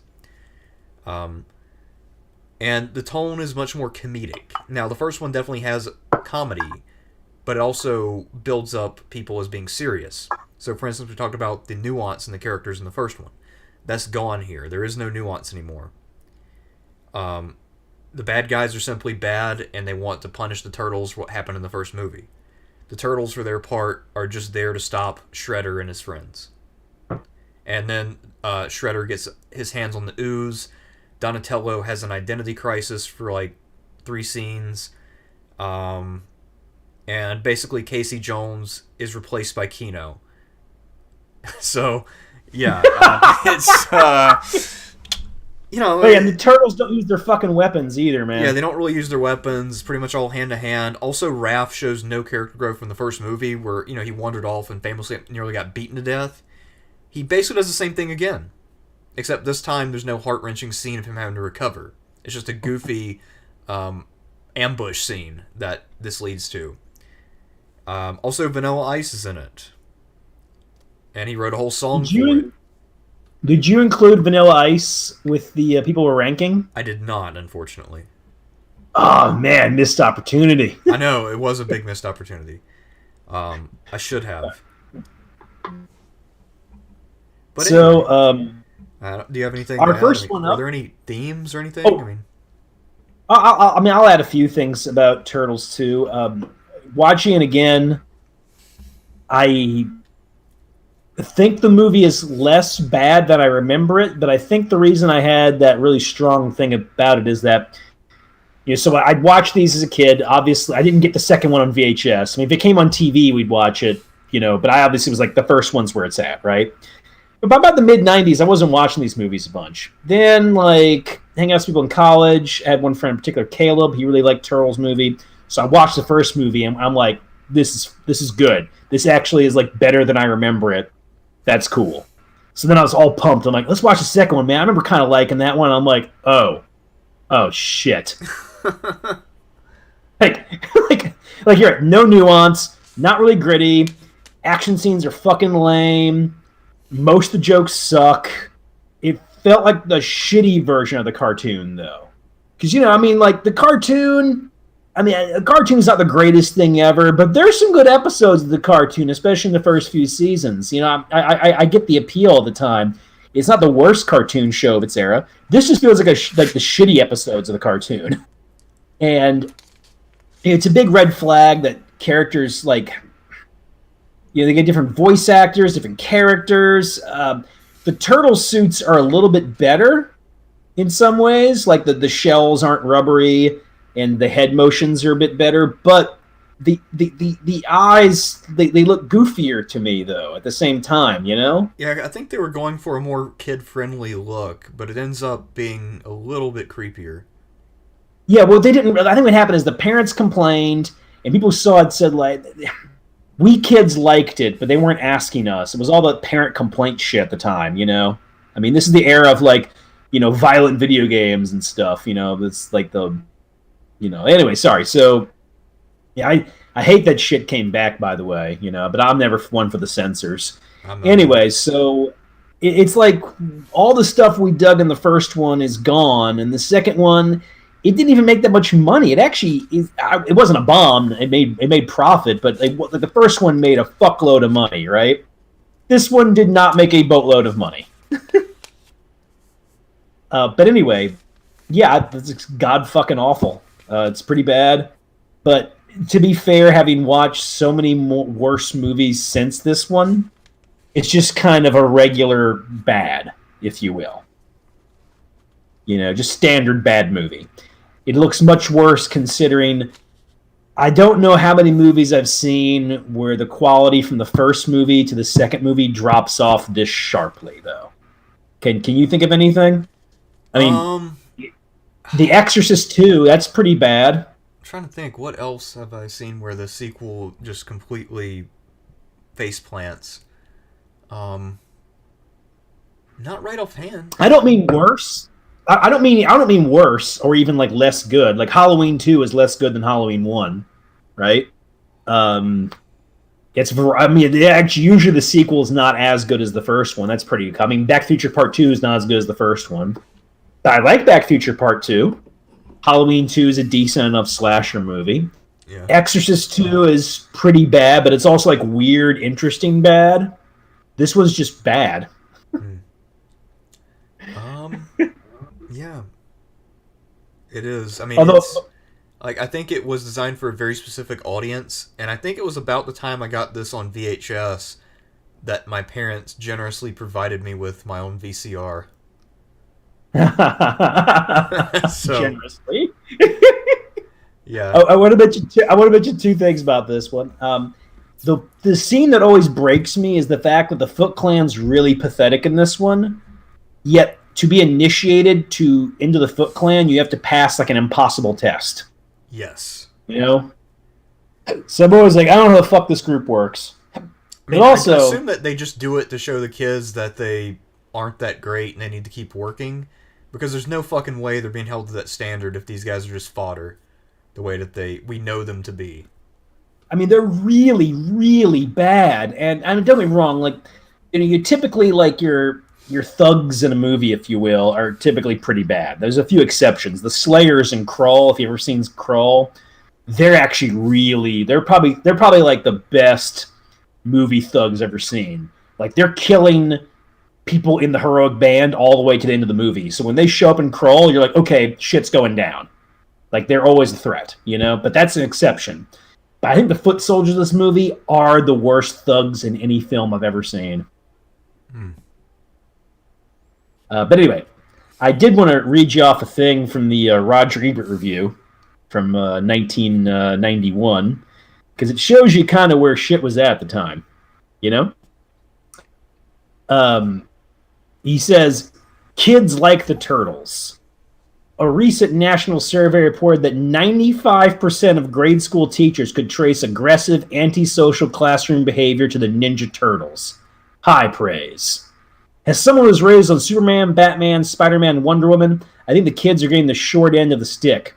What kind of a superhero is her reptile who lives in the sewers, is led by a rat, eats cold pizza, and is the product of radioactive waste? Yeah, really. Is this some kind of cosmic joke on the kids? Robbing them of their birthright, a sense of wonder? Or is it simply an emblem of our drab and dreary times? One disturbing thing about the Turtles is they look essentially the same. All that differentiates them in the Nintendo game that gave them birth is their weapons. It's as if the whole sum of a character's personality is expressed by the way he does violence. The Turtles are an example of the hazards of individuality. They hang together, act together, fight together, and have a dim collective IQ that expresses itself in phrases like "cowabunga, dude." This is the way insecure teenage boys sometimes talk in a group, as a way of creating solidarity, masking fears of inadequacy, and forming a collective personality that is stupider than any individual member of it. The way you attain status in the group is by using violence to defend it against outsiders. People raised in these principles run a risk of starring in videotapes of police brutality. I liked the older superheroes better, the ones that stood out from a crowd, had their own opinions, were not afraid of ridicule, and symbolized a future of truth and justice. Spider-Man and Superman represent democratic values. Today's kids are learning from the turtles that the world is a sinkhole of radioactive waste, that it's more reassuring to huddle together in the sewers than to take your chances competing at the street level, and that individuality is dangerous. Cowabunga. Wow. Yeah, I just love anytime an older person will engage in snobbery where they assume that any kind of lingo or pop culture reference that they don't understand makes someone an idiot. Yeah. Yeah, I mean, this has got all the stodgy stuff. Like, yeah, superheroes in my day were better. Yeah, it's like Superman sucks. He does. I mean, Batman's Also, pretty he's cool, like, but turtles Superman, promote no. antisocial dude behavior, like violence and like being in a collective. And I'm like, I think being a human promotes violence and being in a collective. Yeah, also, I don't know if Batman's the best role model. I mean, the dude lives by himself in a mansion, dresses up like a bat, has lots and lots of issues with grief just beneath the surface, has a secret life, kind of owns the town anyway because he's a billionaire. I mean, yeah, there's a lot going on there that you could see as potentially negative. Oh yeah, his way of coping with things is to put on a rubber bat suit and punch criminals. Yeah, the only difference between Bruce Wayne and Casey Jones is that Bruce Wayne grew up with the trust fund. Yeah, I like Casey Jones better, but that's just me. Yeah, I mean, I like Casey Jones better too. He's much simpler and more straightforward. He doesn't do any kind of bullshit with a hidden identity. He just tells you his fucking legal name. You know? The police asked who kicked your ass. It was a guy who literally took the time to tell me his name was Casey Jones. And he's a hockey enthusiast. And he also told me he lives on Fifth Avenue. I mean... I view Casey Jones as the people's Batman. The proletarian Batman. In some ways he is. Well, shall we begin with the characters here? Yes. Up first is the new April O'Neil, played by Paige Turco. And I remember when we were watching it, unfortunately none of you heard the comments, but we saw a lot of Paige on the screen. And we were talking about how she doesn't really do that much as April, and how it's very obvious that there's a new April. I actually think they made a smart decision in this movie, and that was to not feature her very prominently or give her any major parts. So, for instance, at one point, the Foot Clan want to deliver a message to April, and they choose to just tell her rather than kidnapping her or putting her in a situation where she have to react in a dramatic way. And based on what I saw in Turtles 3, whoever did that in Turtles 2 knew what they were doing. So, while I don't know... I mean, Paige Turco does a lot of soap operas. And it's hard for me to imagine, because I can't imagine her acting well based on what I've seen in this movie and the sequel. I assume she was good at soap operas, I don't know. And I also assume that she largely got this role because she more or less has the look. She's, an attractive young brunette with curly or wavy hair or whatever you want to call it. But yeah, she's really pretty bland, kind of empty, flat. That being said, compared with the third movie, she does much better here. She at least seems to have a little bit of camaraderie with a couple of the turtles, such as when she's standing there with Michelangelo and he's doing quotes from Casablanca. But for the most part, she just seems a little out of sync, a little out of step, a little out of place. Yeah, I think she's god fucking awful myself. She has no point. The actress is pretty terrible.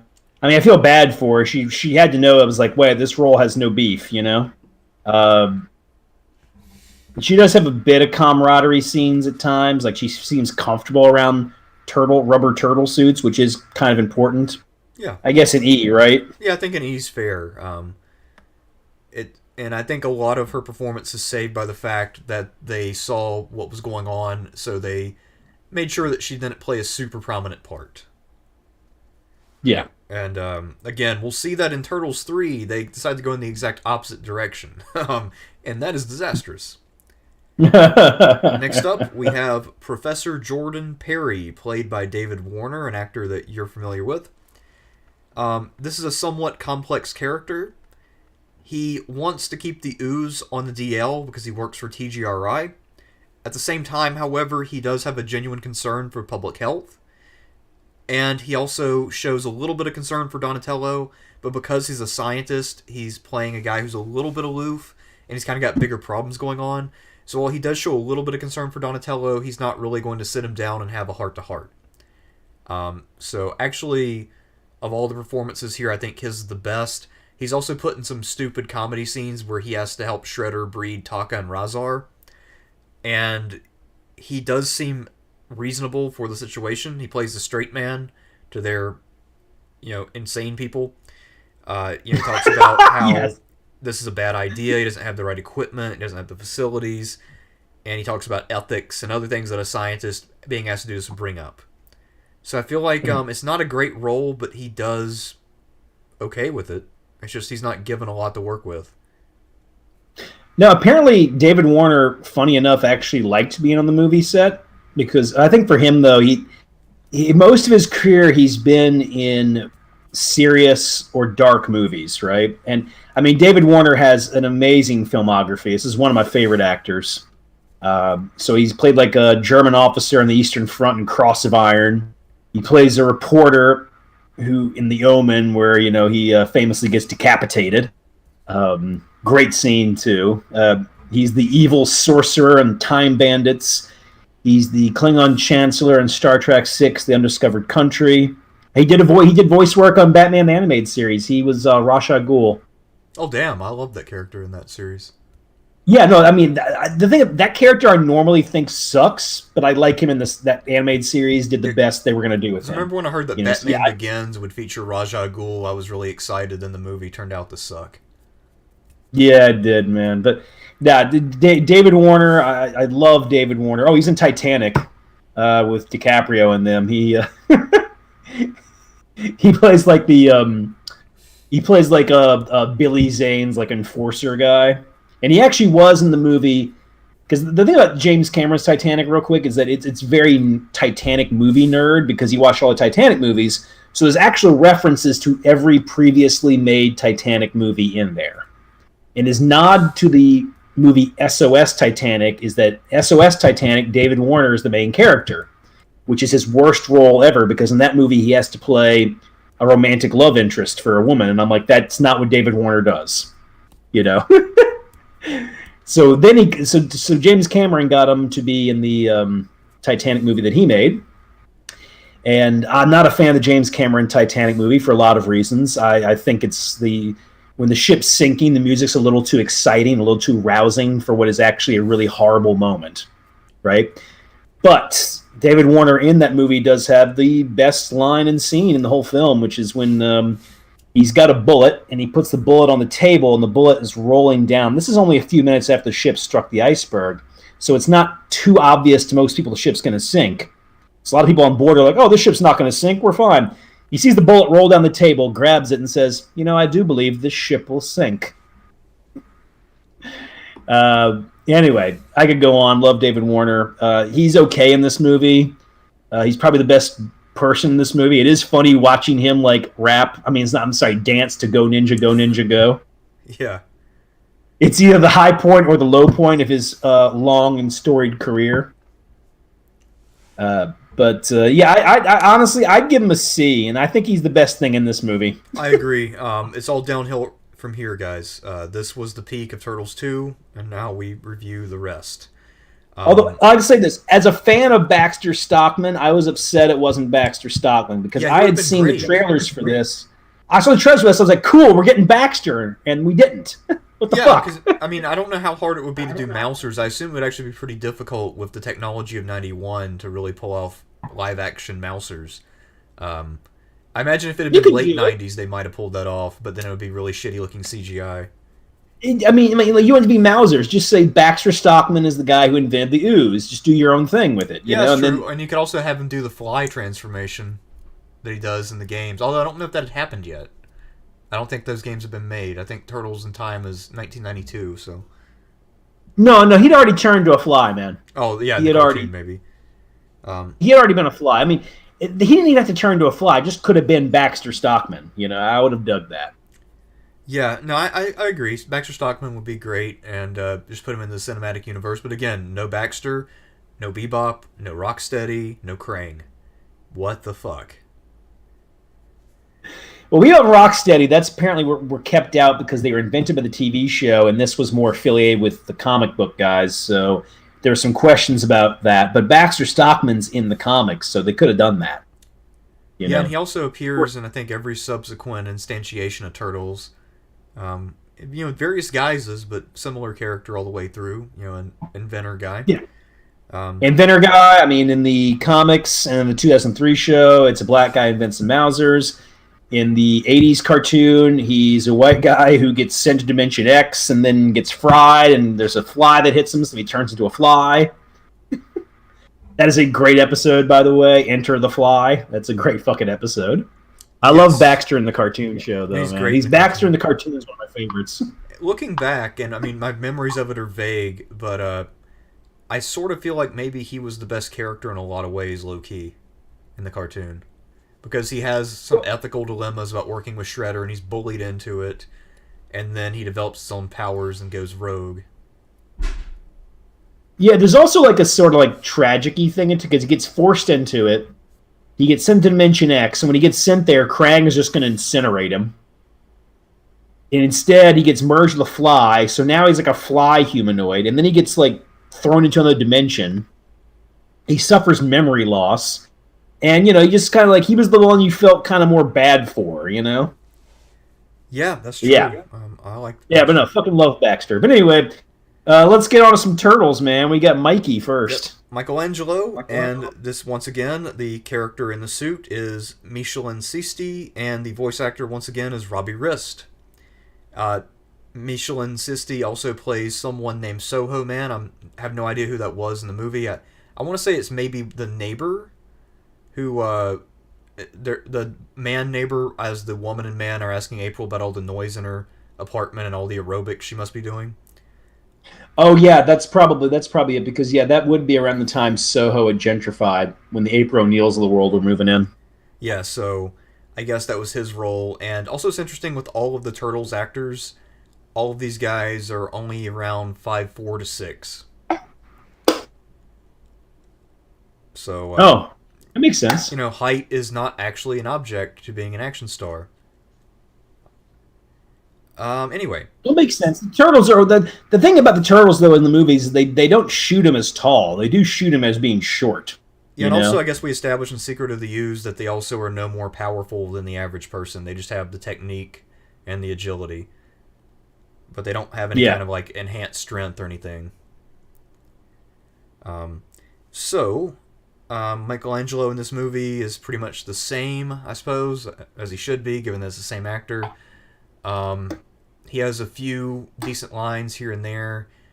He says, "Yeah, we got mutual of Splinter, dude." Insurance. I like his line. Yeah, to Raph. Yes. He's He's probably the best of the turtles in this one. Seriously. Yeah, I mean, he does what he's supposed to do, which isn't a lot here. All of them are bad in the battle scenes, however. The battle scenes just haven't aged well. They're a little too goofy. I don't really know who does the best in them. I don't really know if anyone stands out. I guess it'd have to be Raph again, just because he has a solo performance. But Michelangelo for me is probably a C or a D. I go with the D, really. Yeah. Also, he has the famous line at the end of the movie, "Man, I love being a turtle." I think they all say He said that in the first. He said that in the first one too. In the first one. I think then they all say it in the second one after Super Shredder. Oh yeah, because they're all like in the water. Yeah. Yeah, man, this movie sucks. It's bad. All right. Next up is Donatello. Once again, the suit is by Leif Tilden. He also plays Foot Soldier number 3, I assume at the training facility where they're working with Kino. And the voice is Adam Carl, who is standing in for Corey Feldman, who was in rehab. And the thing about Donatello is that clearly they intended for Corey to be available because Donatello is far and away the most important turtle in the movie. He has easily, I would say, 40% of the movie's total dialogue. And probably about 50 to 60% of the turtle dialogue. Yeah, I know he's really heavily focused, but he doesn't have much going on though either. Well, he's the science guy, so they're dealing with science. So he's fucking with the computer, just randomly tapping buttons, and Yeah. then he's working with Professor Perry on the antidote to the ooze. I feel so stupid Which they even give to him describing that. with the donuts. Yeah, trying to figure out donuts, and I think Michelangelo helped with that a little bit because he's a food guy. But I mean, Donatello was the main help, and then he has sort of an identity crisis. Are we just a mistake? And that's never really resolved. They just kind of keep going and never really circle back to it in a convincing way. And he also is featured very heavily in the action scenes too. I feel like Donatello, the camera loves him in this movie. It does. No, he's very heavily featured. And I wonder if that's because some of the other guys might have been messing up their moves. I don't know. But he didn't really do anything too special compared with what he did in the first one, action-wise. But for whatever reason, not only does he do all the dialogue, he also does all the fighting. He's very much the main character of this film. He is, but he's like a shitty main character. He's got nothing going on, you know? Well, I guess in a way, it's sort of like in the Outer Worlds where you're a visitor from outside, and most of the stories and sub-stories are actually about other people, and you're just helping them. That's kind of what Donatello is. Although this is much, much less well done. I think Outer Worlds is actually a really good game, but this is similar-ish. Although I guess he does have the only real story of the Turtles, because I mean, Raph still has some anger issues, but nothing specific. And then Donatello wonders about their origins more than the other guys do. But then, I guess he just finds peace with it randomly, I don't know. I guess once they get the Ninja Rap song, he's like, sweet, I know who I am now. I'm Vanilla Ice's friend.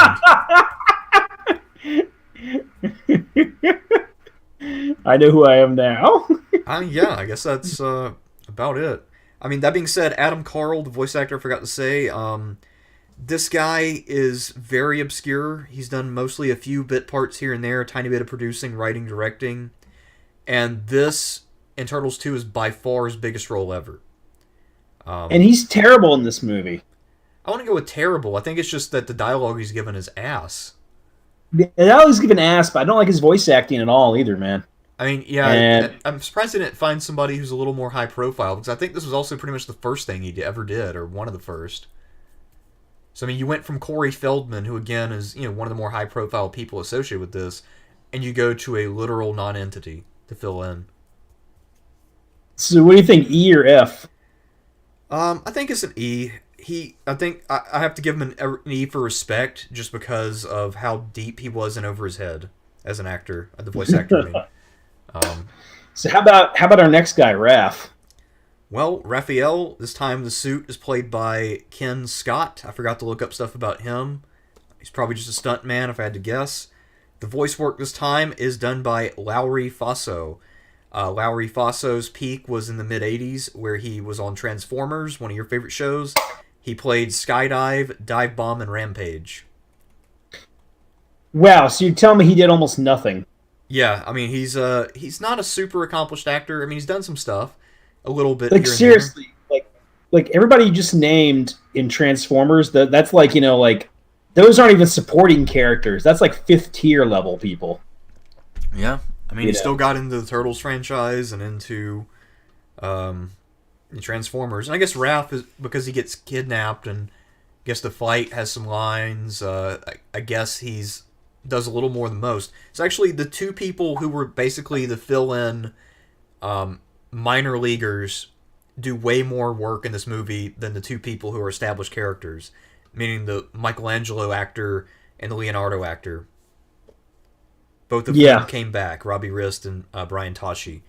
So that's a questionable decision, to say the least, to center the story around two unproven voice actors and let them talk for extended periods of time so people will notice that the voices are different. Yeah, well, they were trying to hurry up and cash in so fast, they couldn't, like... I mean, you know, once you got a movie going, it goes, and how are you going to stop it, right? But they probably should have done some modifications, don't you think? Yes, they really should have. Maybe if you want to do that storyline about worrying about one's origins or purpose, that would be a good Leo story, and then have the established voice actor for Leo talk more. Although I have to say with Raph, I can't really tell the difference in the voice too much because it's basically just a stereotypical New York accent, like taken to the Yeah, extreme. no, they actually like he did pick. I could tell it was different over time, but yeah, it wasn't like with Dom where you're immediately like, okay, different actor, different voice actor. Yeah, and You also know. it switches right back in Turtles 3 when Corey Feldman comes back. So, yeah, very noticeable with Don, and then he does literally half the talking of the Turtles. Um, so, with Raph, I guess he does more than anybody other than Donatello. What he does isn't terrible. It's just kind of blah. And also, like I said, there's no character growth because he makes the same exact mistake he made in the first one. Yeah. E. E. Yeah. And also, yeah, you're very right about that, man. Leonardo would have been a better fit for like, what is our purpose?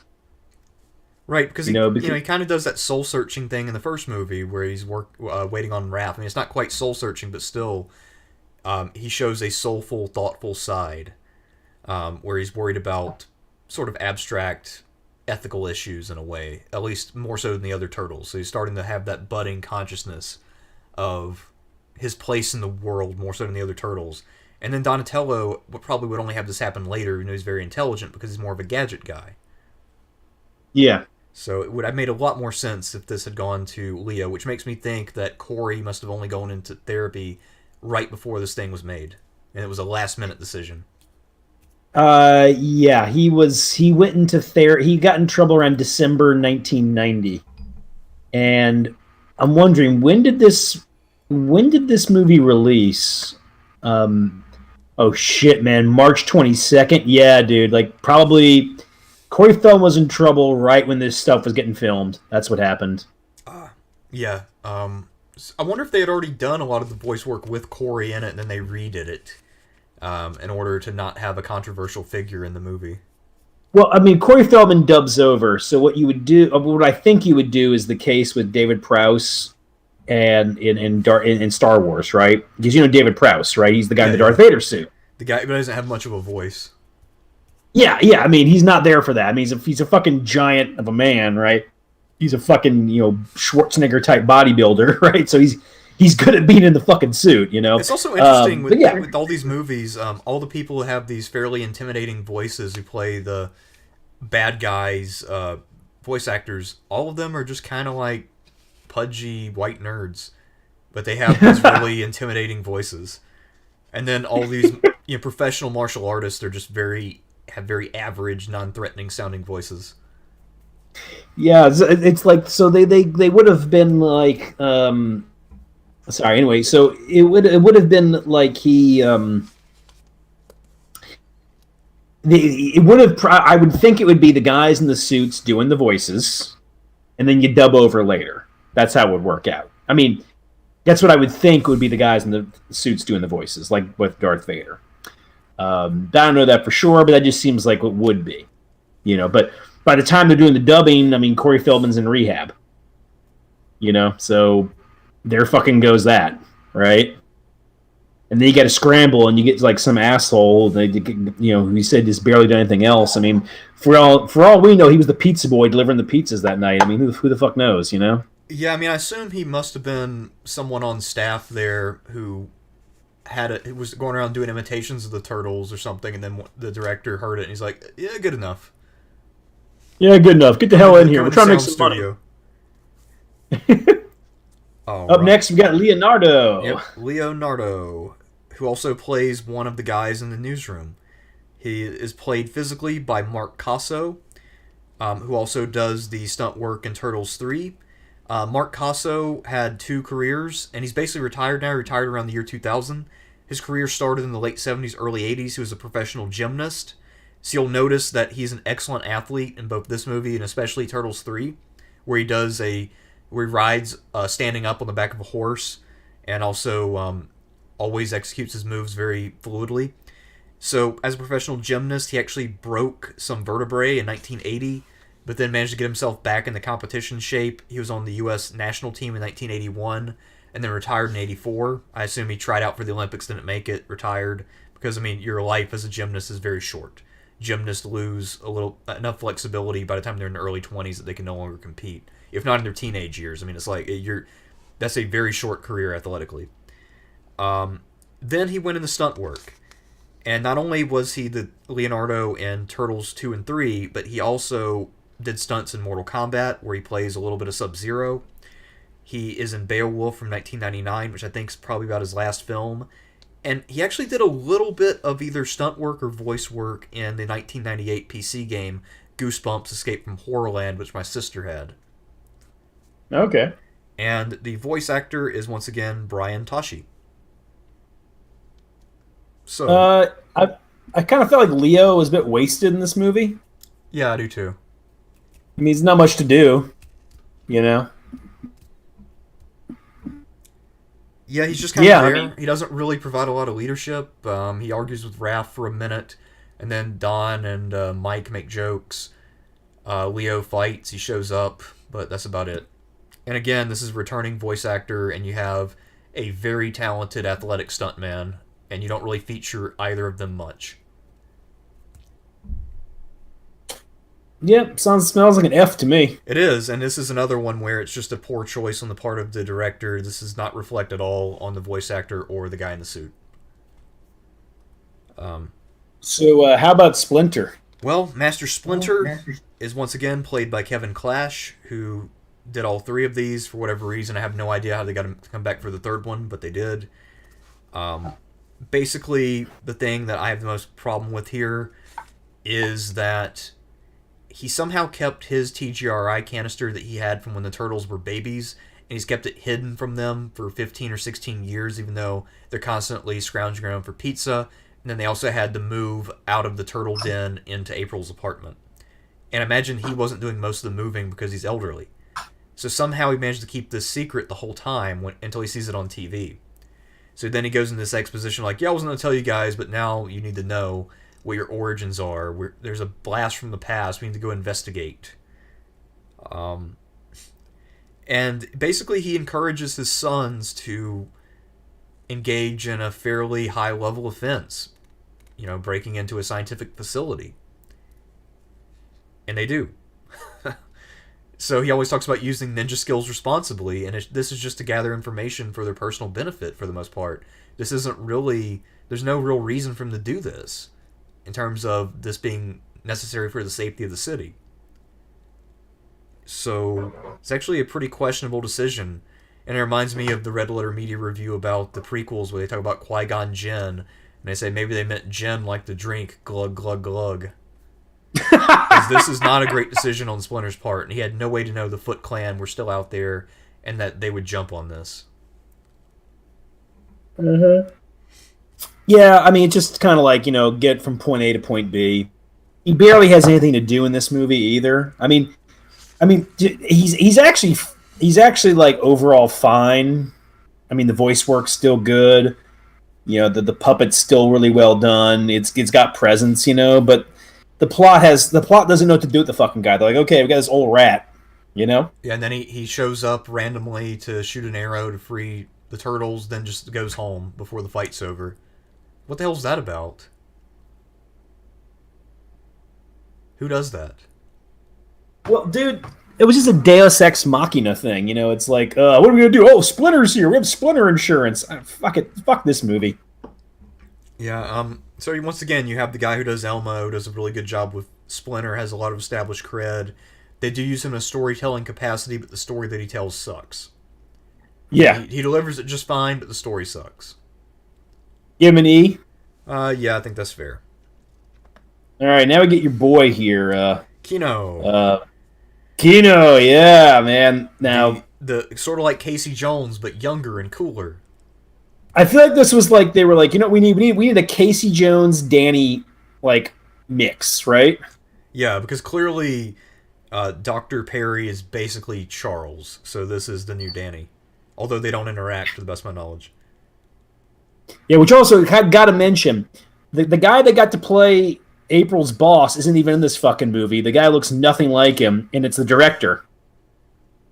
And also, April's work looks different, and she got a nice, swanky apartment right after the first movie. Although, to be fair, remember she was fired in the first movie, so she might have gotten work at a different station or paper or whatever. She gets rehired at the end of the first movie. Oh, never mind. Okay, so. No, I mean, trust me, like, this is fucking stupid, Well, okay? maybe in the however very short period of time between the first and second movies, they switched offices for whatever reason. It all makes sense, Sean. This plot is ironclad. Watertight. Yeah, I mean, this is like the Titanic, unsinkable. So Kino is played by Ernie Reyes Jr. He is a legitimately skilled martial artist. Unfortunately, he has literally zero ability to act. Maybe not literally zero, but not very much. He also appears in such things as Surf Ninjas. I think he did a little bit of uncredited stunt work in the first movie. He certainly knew the people who made this. And I feel like he got passed up for one of the suit jobs, so then they put him in the movie in a different capacity. He's actually older than the character he plays. I think he's probably in his mid-20s by this point, even though he plays effectively an 18-year-old or whatever. He has some really lame pickup lines. He has very, very little game, as we see at the very beginning of the film. And he's also, I don't know if hothead is the right term, but he lacks a lot of judgment. He tried to take on the Foot Clan by himself, even though he's a very undersized guy fighting by himself. And to be fair, he did well. But unlike the Turtles, there's no strength in numbers. Trying to think, is there anything else to say about him? I think he still gets a little bit of work, the actor, I mean. Not a lot, but a little bit here and there. And as I said... I've seen him around. Yeah, I've seen him around occasionally. I think that he actually still plays characters that are way younger than his real age, actually. From what I can gather. And to be fair, he does look like younger. Yeah, he's sort of like, what's his name from Karate Kid? The guy who plays Daniel LaRusso. Oh, Ralph Macchio? Ralph Macchio, yeah, he looks way younger than he is. Yeah. No, I remember seeing him around occasionally in some 90s stuff, but I mean, nothing too, nothing too big, Yeah, so... but yeah, man, he's pretty terrible. I mean, he does martial arts well. Yeah. I mean, he's got that going for him. He does do it pretty well. But he's pretty crappy. It's like shitty sucks. Casey Jones meets shitty Danny. And also, just as with previous characters, it once again must be said that the lack of chemistry between April and other characters hurts him. Because he can't establish a rapport with her. I mean, it would make sense if he was sort of into her. Because she's not that much older, and she's pretty attractive. He's a man. So you could do a little crush thing as a side note to give him something to do. Pad this film out. No, they probably felt there was a little too much sexual chemistry in the first movie. Yeah, with Casey and April. I mean, yeah, the headlines like Casey was like, "Hey, Broadzilla." Yeah. Well, in this one, it's as scrubbed down as you can imagine. This one is squeaky clean. What'd she say? What'd they give you? Insensitivity training? Yeah. Oh man, dude, it hurts talking about this movie and thinking of the first one. It fucking hurts. Yeah, it's a big drop off. It really is. And like I said, this one is great if you're a kid, but if you're more than about 10 or 11 years old, the flaws start to become obvious. And even when I was younger than that, because I had all 3 Turtles movies and then Star Wars and some other stuff on VHS, and as kids do, I'd watch them repeatedly. And the first one got a lot more play than this one, even though if you had asked me, I would say that Turtles 2 is my favorite, but I prefer watching Turtles 1. Yeah, interesting, man. So on some level, I knew that Turtles 1 was better. I just didn't know how to put it into words. Because Turtles 2 was bigger. It had Ooze. It had these monsters. I mean, how can it not be better? It has Super Shredder rather than regular Shredder. I mean, fuck. It's got stuff that appears in the games. No, you're right. I felt the same way. You're like, whoa, it's like bigger and there's more stuff. But then, I was like, but it's not as good. I mean, somewhat of a case with Jaws 2. Like, I watched Jaws 1 and 2 a lot. And I always knew the first one was the better one. Right? But Jaws 2 has got, they're all on sailboats. And, the shark chases down, a water skier. It's got more stuff, right? Yeah. But you just know Jaws is better than Jaws 2. And by the way, I'm not even hating on Jaws 2. I actually like Jaws 2. I do too. I think it's a fine film. I like Jaws 2. Yeah, I think Jaws 2. I think Jaws 2 is actually better than it should have been, honestly. Well, that's because Roy Scheider actually did some of his best acting in that movie, comically enough. Yeah, he's very good in that. And Ellen is good too. Yeah, no, she's good in it as well. So yeah, I mean, but I knew that Jaws 1 was the better one, so I didn't watch Jaws 2 as much. But of course, I've been like, oh yeah, Jaws 2's good. Of course, I would have said that, you know. Yep. Um, Next, we yeah. gotta rate I Kino. gotta give this kid an E. The reason I would say an E though is that like when he has to do like the martial arts fighting stuff, you're like, okay, that's where your talent is. You're pretty good. Yeah, I feel like he would be better off if they had put him in one of the suits and let someone else do the voice work. If they had done that, I feel he would have worked really well in this film. He also has a Casey Jones thing going on in that he's actually useless to the plot. Yes. But Casey Jones is like charismatic and funny and kicks ass, and this kid just isn't. Although, to be fair, he does advance the plot by finding the Foot Clan for them. Yeah, Raph could have done that. He could have. I mean, I know. I watched it. I watched it, but the point of this kid is he is like, they said, you know what we need? We need Danny, only can kick some ass. That's what they said. It's a martial arts movie, so it makes sense on the paper, right? I mean, you just need a kid who can deliver lines, which he can't do. When he tries to be funny, it's cringy as hell. So it's kind of like if Michelangelo was really lame. That's basically what Kino is, personality-wise. Lame Mikey. So you want to move on to the Shredder? Yes, the Shredder, as portrayed in the suit by Francois Chau, who is a very active physical actor. He's still around to this day. He is from Cambodia, and like I said, lots of action roles since this, so this was actually kind of a breakout for him in a way. He is filling in, of course, for the great James Saito, and that's part of the reason why they put scars on Shredder's face, so that way you can't tell it's a different guy. They are a little bit different ethnically, since Francois Chau was South Asian as opposed to East Asian, so leaving Shredder in the shadows and just having the big scar on his face be visible obscures the difference. And when you have the same voice work being done by David McSharon, you don't really notice. I actually thought James Saito was in both of these. I didn't know until I looked this up. So, you can't really tell a difference physically, and like I said, Chau is a very good martial artist, a big physical guy who can do shit, but Shredder does nothing. They did a good job with that. I was watching, I thought it was the same actor also, you know? Yeah.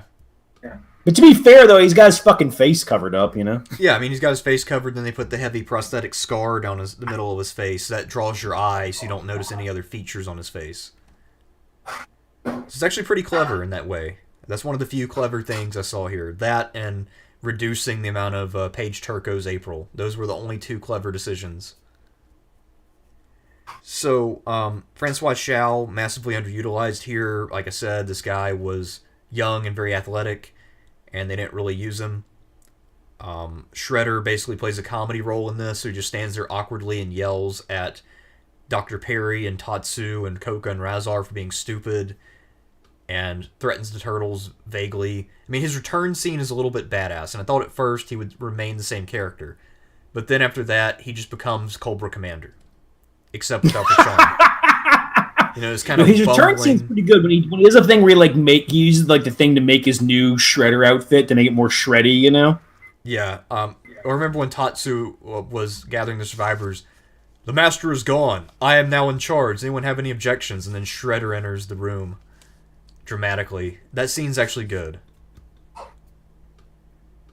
Although it makes no sense chronologically, because again, the Turtles have moved on. You get the sense that at least weeks have passed, maybe months. But there's no way that Shredder's just been hiding out in the dump, healing in these, horribly dirty conditions from terrible injuries sustained by a trash compactor.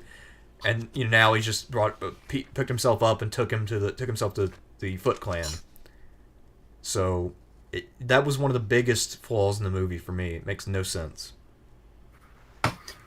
Yeah, no, he just looks fine.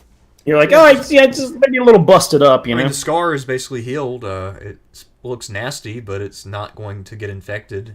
Scar tissue there. Also, isn't it convenient that he gets jumped in a like there's like oh yeah, because they're in a junkyard. That's right. He's in the garbage heap. Oh, sorry. Anyway, so yeah, it's kind of weird. I don't feel like Shredder's the worst thing in this movie, honestly. Like he's still got some presence, and the suit's still pretty cool, but there's just a little too much stupid shit going on with him. Like he definitely has lost it. He's definitely lost a step, Yeah, he doesn't really trust his own fighting abilities anymore, and he never really got defeated in the first one. Splinter just got one move on him, and then he fell on a trash compactor. I don't know why he's lost confidence. It makes no sense. Even that seems weird though too, because on the one hand, he's like, yeah, I can't take all these turtles. I got to make like some monsters, right? Then when monsters come out, he's like, come and fight me. And I'm like, wait, don't have faith in yourself anymore or something? Or maybe he was hoping to fight by their side, but then it turns out he just wants them to do the fighting for him. So he's kind of a coward, so it's not like in the first movie where he's willing to take them on 4-on-1. And he's just not as intimidating. Now he just yells a lot. So, like I said, very Cobra Commander-esque. Cobra Commander, that's good, man. And, what do you think, a D? Yeah, I think a D's fair. Because we still have to talk about Super Shredder later. And that one's clearly a little lower. Also, to be fair, his return scene is, like, pretty good, and I like when he makes a new outfit, Yeah, he's got a couple scenes before he goes into shtick. Because Shredder should never be funny. I mean, they do it in the cartoon, but the cartoon is strictly for children. And once you go comedy, you can't go back. And there needs to be at least some source of tension in the movie. Some person who you're legitimately afraid of, or you think is viable and dangerous in some level. And Shredder basically kills his own credibility in this movie, which I think is why there's no Shredder in Turtles 3. Either that or they just couldn't find somebody to do it. Next they couldn't get Kevin Nash to come back?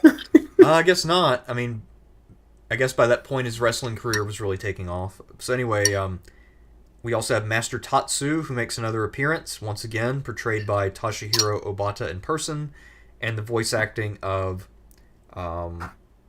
whoever that person was, I forgot to write down, who has been in a lot of really cool shit.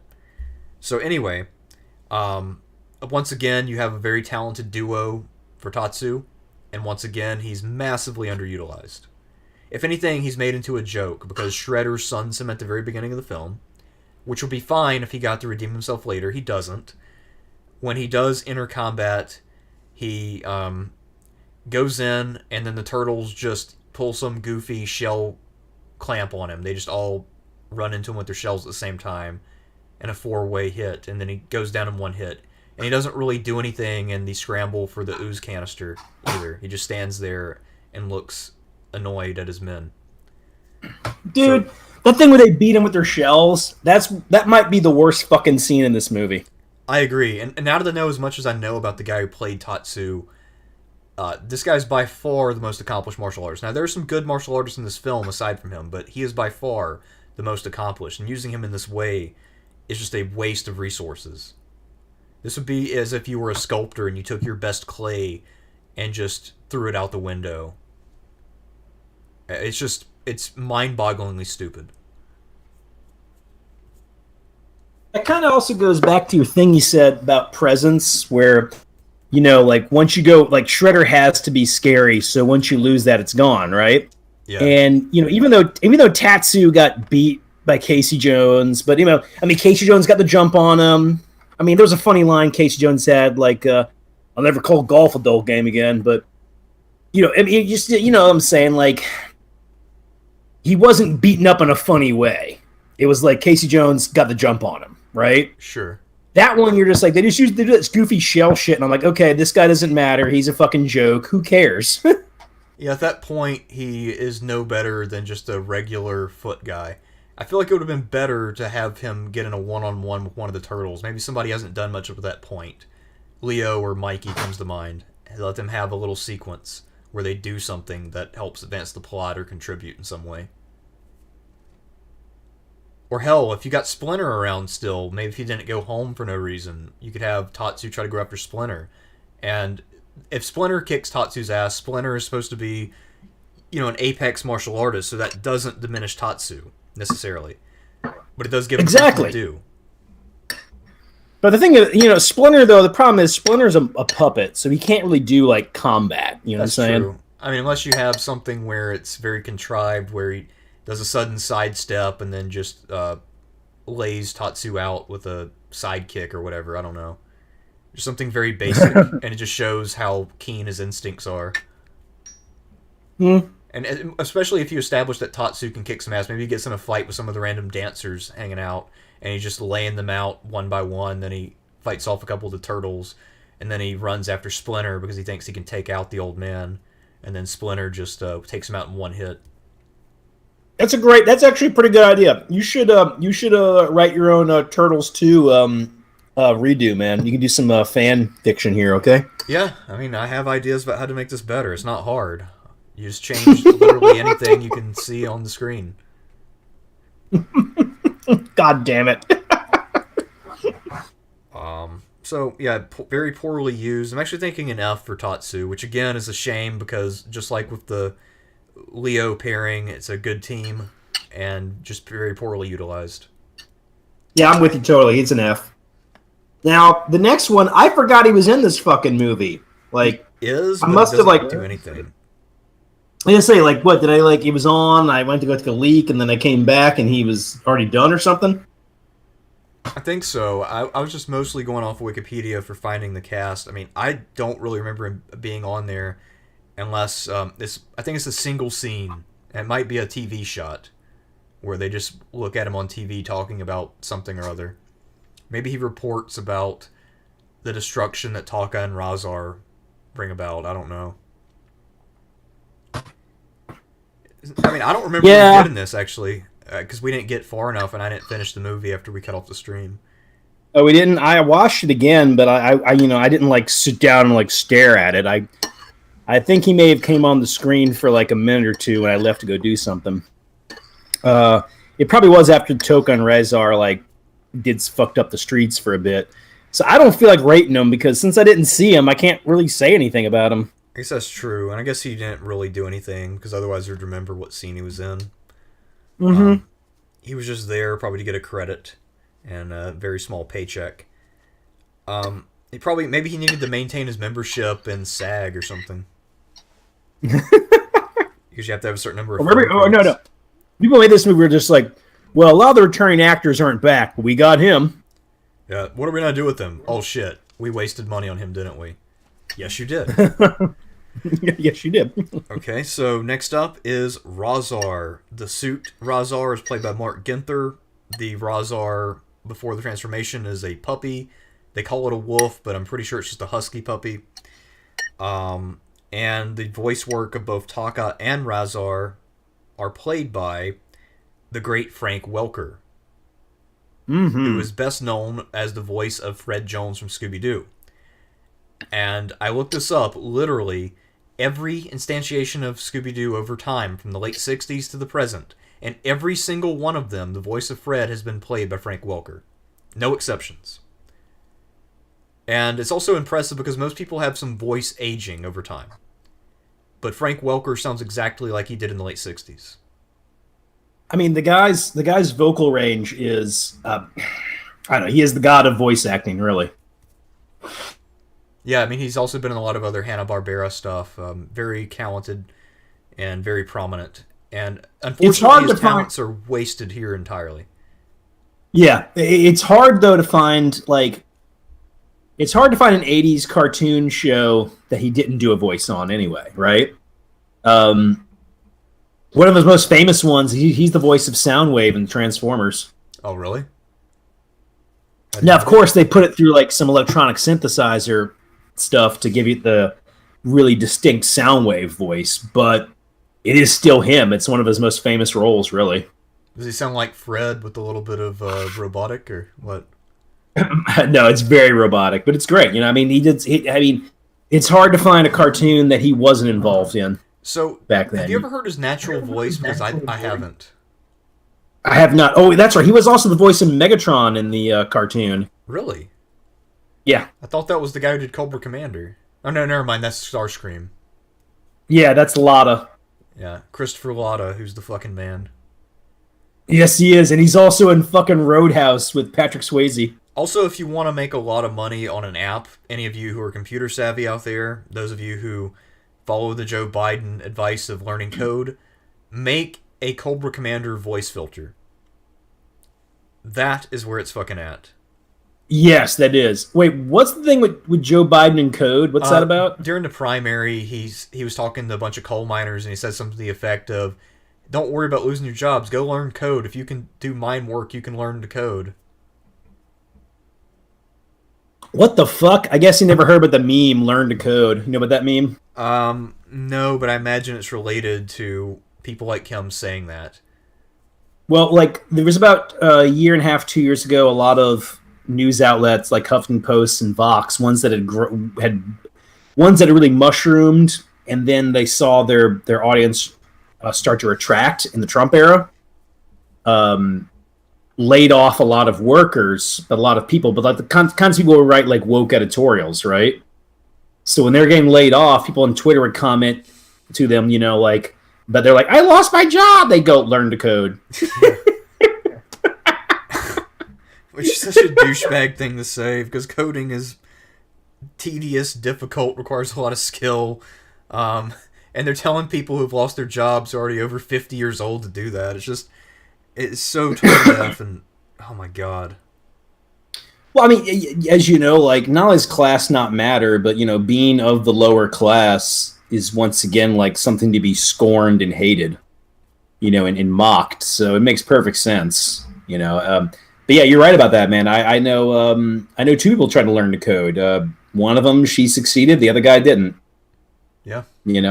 It's not fucking easy. But yeah, this whole thing, like, yeah, go learn to code. I mean, that is such bullshit, Also, anyway, while coding is becoming more and more prevalent, there is sort of a limit on how many coders you actually need. There are people who do know how to code and program who work at GameStop because they can't find a full-time gig in coding. And I've met a lot of them, by the way. That is also, eventually AI is going to replace that anyway, Probably so. But yeah, that's actually, if you talk to the people in game stores, both GameStop and then more of the private stores, you'll find that quite a few of them do a tiny bit of coding here and there on the side as their side hustle. Yeah. Because a lot of companies will contract out small little bits of coding. And a lot of the people taking up the jobs are people who mostly work making pre-orders for Grand Theft Auto games. So, should note as well. Frank Welker was also the voice of Skywarp and Galvatron in the Transformers '80s cartoon show. Just throwing that out there, okay? Okay. All right. So, both Razar and Toka just talk like babies because they were very, very young when the ooze was applied to them. They have super strength, but they're effectively maybe toddlers at best, probably even a little younger than that. Just old enough to walk, not very coordinated, very clumsy. And they're not very vicious either because they're very playful. They're babies. But they are huge. So Razar looks like he's at least 6.5 feet tall, maybe taller. And then Toka is not quite as tall, but he's very broad. And one is a wolf, the other one is a snapping turtle or something? Yeah, it's a snapping turtle. I don't know. These things are both morons. I just wonder which one is one worse than the other? No, they both are equal, and they both don't do anything. Because basically, the turtles just have to figure out how to get them the anti-mutagen because they're not strong enough to hurt them. And that's when we established that the turtles, despite being mutated, don't actually have any superpowers. They just have a super appearance. Yeah, and these two also, like, I don't know, like, got the one where, like, is it like one of them stuck in the manhole and they like tickle his feet, and then the wolf one has a fucking stupid look on his face the entire time. I mean, yes. I mean, look, I love Jim Henson, and I love the Muppets, right? And Jim Henson, in his time that he was alive, great work, I mean, you got Fraggle Rock, Labyrinth, love Labyrinth. To me, Ninja Turtles 2 is the low point of the Jim Henson studio. And these two things look fucking terrible. Yeah, well, I mean, I guess Jim Henson wasn't around to supervise it, unfortunately, but still, you would think that with him being so freshly deceased, that the competence would still be there. Well, I mean, his studio was involved. I don't know the degree to which he was involved with these two in particular, I but he guess it's was also like possible. involved. Remember, the movie starts with dedicated to Jim Henson. To I'm like, I Right. think Jim would see this product and be like, maybe not, guys. Also, with Taka and Razar, because this is so rushed, I imagine their characters were only developed very late. I mean, they're probably pretty Yeah, hastily assembled. I don't think that they're very well thought out. And I think that's also why they really don't have personalities. They're thinking we don't have the time to work in a bunch of dialogue in our 90-minute movie, and we're just going to make them babies. That way, all they do is "Mama," "Rah," and that's all that they do. God, they're Fs. I fucking hate these I two. agree. I'm I just ranking them both as fucking Fs. loathe There's, these two. I mean, I do have to say the design of Taka is superior, the snapping Definitely. turtle, but that being said, it's not superior enough to warrant an E. Next up, we Yeah. have Super Shredder, played by future WWE Hall of Famer Kevin Nash, who first achieved So, fame in the mid 90s as Diesel. Before that, he was in WCW as Vinny Vegas, kind of a comedy character, because even though Kevin Nash is huge, he actually is very charismatic and he's a great talker. He's much better at talking than he is at wrestling, despite his size. Um, he also went by the oh, name so he's Big. like Hogan then, right? Kind of, except much better at talking than Hogan, actually. And probably much worse in the ring because he's very injury prone. Wait, Um, wait. So Kevin, because Hogan wasn't great in the ring, but he was a good talker. So you tell me, this is like a Hogan who talks better but wrestles worse. yeah, although when Kevin Nash was in his prime in the 90s, he was pretty solid and he had a little bit of speed for a 7-footer. But as you get into the 2000s, there's basically a meme about Kevin Nash tearing his quad because he tore his quads an insane number of times. Pretty much every few months, Damn. he'd tear his quads and have to sit out to recover. It was unbelievable. He also, because he can talk, though, he's able to stick around in the business as a manager and GM type figure, or just doing rivalries that are low intensity. And he would always, in interviews, he's also pretty funny because he's kind of an arrogant dick. Because he'll talk about, there are people who say they don't know how to use me because they don't know how to work with big guys. I tell them, look at me. I'm a 7-footer who can get pussy. This shouldn't be very hard.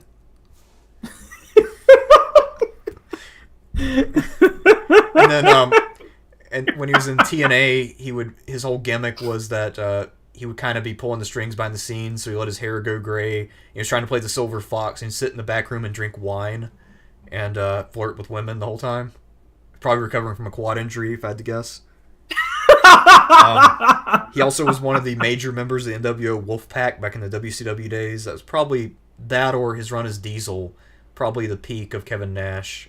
The quads did him in. I was watching a podcast where somebody talked about how even though he was kind of tall and slim, he wrestled fat because he had so many injuries that he moved very sluggishly and awkwardly, at least after all the quad injuries. So are you a fan of Kevin Nash then? I kind of Like, like is he one of Kevin your Nash. favorite? I mean, I won't say he's one of my favorites, but I do find him entertaining, and he's also notorious as a backroom manipulator, just like Hogan. Both of them are very good at making sure they have title runs and fucking people over. And with Kevin Nash, because he's huge, it's very hard for somebody to go up to him and push him and be like, "What the fuck?" So, yeah, but this Hey, was before before he was going on, famous. then, wait. Just real quick, what are your three favorite wrestlers then? My three favorites, I'd have to go with Rob Van Dam. Extremely athletic. He has a very different personality. He's basically just a stoner, but he's also a hyper athletic, and he does a lot of dangerous moves that most people can't pull off. I mean, he does sort of front flying kicks off the turnbuckles, and most people, if they try to do that, would destroy their knees the first time. He's been doing this shit for 30 years. Keeps doing it. He also invented a move where he does the splits and then reaches down below him and pulls up a weight. It's called the Van Dam press. I mean, this guy's amazing as an athlete. His promos are a little lackluster, but when you do interviews with him, he's hilarious because he made fun of Shawn Michaels' cross eye and some other stuff, and he talks about people being douchebags and he keeps it real. And he's also not like a hardcore right winger like a whole lot of these guys. So he's just an interesting guy. I mean, if I had to chill with any wrestler, definitely RVD. Really cool guy. Um, one of my other favorites, ironically, is actually Shawn Michaels, even though he's a douche and doesn't have the best personality. In ring, he's amazing. He knows how to do emotional acting while he's doing physical stuff. So he sells it with his facial gestures and the way he walks and all that. So just great stuff there. And in terms of my other favorite, Macho Man. Oh, of course. I mean, that's mostly promo stuff. I mean, Macho Man with a microphone is instant magic. So, and he's pretty good in the ring too. Especially when he was younger, he was very fast. He was never had the agility of someone like HBK or RVD, but he had speed and strength. And for a while, he was sort of competing with Hogan for bulk, at least close enough to make it plausible. And he also had some really good matches with Steamboat, who's my dad's favorite wrestler. And I think he also had a few with Piper that was really good, too. So Macho Man in the 80s and early 90s was the shit. And I think he should have just went to commentary after that, because Macho Man plus a mic is instant magic. But he didn't want to do that. He wanted to stay in the ring and be competitive, so he went to WCW and just kind of hung out in the little groups where they stand in ring and talk trash about seniority and respect and shit. So anyway, Super Shredder. So what do you make of Kevin Nash and the Super Shredder? I guess he does what he's supposed to. He's a big dude. He dresses up in the Shredder armor and acts like he's tearing down a pier. Yeah, this part of the movie really pisses me off because, all right, so like Shredder takes the Ooze and you see him and it's like, whoa! Like I was like, we're gonna get like an epic fucking fight, right? No, we don't. Shredder just kills himself. That's all. Yeah, I mean it's a terrible sequence and completely wasted. Maybe Shredder should have made it out, and then that could be part of the sequel. Although Super Shredder is too big and slow, and also because Kevin Nash is such a busy schedule, I don't know how you get him back. Although you can get another 7-footer. I mean, you have the Undertaker around. The guy who later played Kane, I think, was of age by this time and probably had some wrestling background. I mean, there were options, but none of them could do martial arts. There are definitely options. Well, unfortunately, Kevin Peter Hall was dead by this time, though. That's the guy in the Predator suit. Oh. Yeah. He's cool, man. He's actually in Predator, not in the suit. He's in the helicopter that picks up Schwarzenegger, and they could barely fit him in the helicopter cockpit because he's that big of a fucking dude, you know. But they wanted to get him in there, you know, like give him like a scene in the movie where you see his face and everything. But anyway, no, man, like Super Shredder, like he takes a shit, and for some reason he gets more spikes by taking Ooze, right? I guess the spikes have to spread out to cover the expanse of Kevin Nash's shoulders, you know. It just, you know, this might be in a movie that has like is debatable for me. What's the worst scene? Is it the part where you realize the Foot Clan actually has super high standards, therefore the fact that they're so easy to beat up makes no fucking sense? Is it the part where Tatsu is defeated in a stupid silly shell thing, and you're like, okay, this man, whatever intimidation factor he had is completely gone now, he's a joke? Or is it when you introduce like the ultimate Shredder and he just kills himself? Yeah, I think it would have been better to just have a regular Shredder fight again. Yeah, I go with an F, man. Yeah, I have to say an F. I mean, Kevin Nash has worked with a lot of crappy promotions, and some people hold him partially responsible for the demise of TNA. So, I guess he has done worse things in his career, but this was not a great role.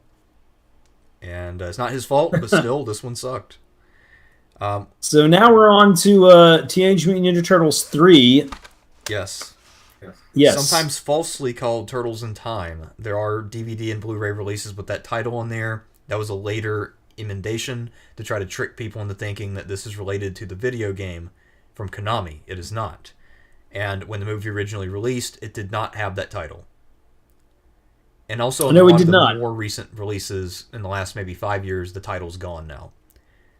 So if you do see also, that a fun thing about this movie too, when it came out, this was right around the time the energy behind Turtles was dissipating. I mean, you still had plenty of toys being made, but the toys were getting stupid. It was like, baseball Raphael. It's like, yeah, you're right. I always wanted to get a toy of Raphael in a baseball jersey. Well, I remember at that time the Power Rangers were becoming big, and all my friends in school were trying to urge me to become a Power Rangers fan rather than Turtles, but I was trying to hold out for as long as possible.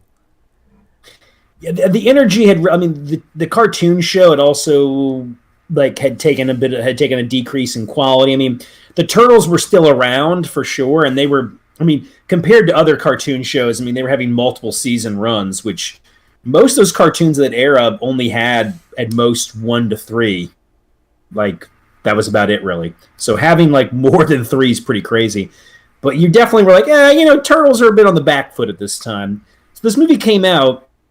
There was no buzz for it, and I kind of saw it, and I was like, this looks stupid, and, Turtles aren't exactly, the biggest deal right now. Kind of like when the movie Masters of the Universe came out, based on the He-Man cartoon. That movie came out when Masters of the Universe was no longer, the top cartoon. It had been, they hadn't made a new cartoon episode in a few years. The toys were actually not being sold in stores that much anymore. I mean, if you did see them, they were on clearance.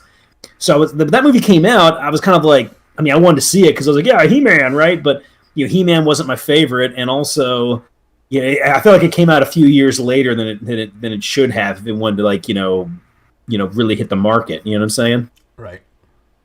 Yeah. No, I get you. So anyway, what's the plot of Turtles 3? I haven't seen it in 16, 17 years. I remembered it just being really fucking bad. Okay, so what I noticed in my last watch through last night is that although the main plot of this movie is by far the worst of the 3, there are some performances here which are better than what you see in Turtles 2. Actually, if anything, I'd say the acting overall was a little better. That being said, the overall story is worse, and the movie itself is probably worse too. So, the plot is this. April goes to the flea market to pick up random items to cheer up the guys who are getting a little stir-crazy down in their train station. She gets personalized items for all of them, and one of the things that she gets for Splinter is this antique lantern from Japan. Oh, I got to add real quick, though. I like their train station layer from 2 and 3. I like it better in 3. That's the one thing they improved on, because they made it look like home and customized it. Pretty neat. So anyway, the lantern turns out to have magical powers, and it starts whirling and making noises, and then April's transported into the past. A new character named Kenshin from the past appears, and then April is in the middle of a daimyo's court in Japan, the court of Lord Norinaga. We'll talk about him later. There are some problems with that character and as a whole, just like with Kenshin. So that creates a crisis. They accuse April of being a witch. Luckily for her, there are some English mercenaries there selling guns to Lord Norinaga. That's where we meet Walker and his mercenaries. And he suspects that she's not really a witch, because, again, he's a man of technology a little bit. And then the Turtles decide they have to go back in time to replace 4 other guys, so they call over Casey Jones to babysit. So that's how he gets back into the movie. And then they go off to the past. They think that they're going to replace some priests. They end up replacing some samurai who are Lord Norinaga's honor guard. And then they get separated early on because Michelangelo has a goofy horse ride. And there's a big rebellion going on by, it looks like local peasants at first, but it's actually another dynasty, another competing house, led by a girl who's in love with Norinaga's son, Kenshin, but is also competing and rebelling against the father. The father doesn't want to just make peace and do a marriage. He wants to exterminate the enemy. And, of course, he's buying arms to do that. Most of this woman's followers are peasants who don't have guns. And then they have to find the scepter. They basically had it the whole time, so there really was no tension. And they have to rescue April. They do all that fairly quickly, actually. Michelangelo has a spiritual crisis where he thinks about staying in the past because it's so nice. And then Raph really nerds out over how cool nature is. Okay. They fight a big battle at Norinaga's castle. They win. They defeat Norinaga and Walker. They go back to the present. The end. Oh, and Raph does Okay. have some character growth, finally. So that's it. Yeah, Michelangelo's big in this one. He's the emphasized character, right? Early on, yes, but after they reunite about the middle or even early middle part of the film, at that point they're kind of equal. So there's not Okay. really a prominent character. And also, when he's missing, he's sort of the focus of the story, but he's not necessarily on screen a lot. Just kind Okay. of conspicuous by his absence. Um, Well, I don't have as many opinions on this one because I haven't seen it in a while. I just remember it being really bad. I remember the special effects in this were terrible. Like the turtle heads vibrate a lot. yes, and also the faces are much more lifeless than in either of the first two movies. Yeah, apparently they didn't get Jim Henson Studios for this one. They had to go with somebody else. Yeah, costumes look rough, although I don't think the lines in the costumes are quite as obvious in this one, but the faces are much less expressionate, especially Leo's face. Leo just looks like he is high as fuck. So I'm gonna leave a lot of the character rating to you on this one. Okay. In fact, if anything, you can just except for Casey Jones, because I remember when I saw this, everything I liked in the movie involved Casey Jones, even though he was technically wasted. Because it'd be better if he was actually like in the movie more. But the shit he was in, I just thought was funny when I last saw it. So All right, so he actually Elias Koteas actually plays two characters. He plays Casey okay, Jones in the present, and he plays Wit in the past. So I'll rate them both separately, and the guy with the short hair is also him, by the way, with the guy with the scepter. Okay, okay, so the best part of Casey Jones's performance here is when he first appears at the Turtle Den. There's a big guitar riff when he comes in. it makes sense. They actually played guitar riffs for him in the first movie sometimes. And his other greatest line here is when he's dealing with Kenshin, who's very high strung. He tells him to try some herbal. So there actually is a fairly subtle weed reference in this movie, believe it or not. Let's see. Casey Jones, pretty basic, has some comedy scenes.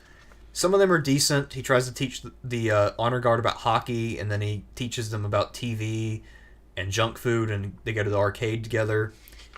So he shows them a pretty good time, keeps them under wraps. Splinter does nothing to help, by the way. Splinter just sits there and worries the whole time and does not contribute at all. So Casey does all the work and babysitting.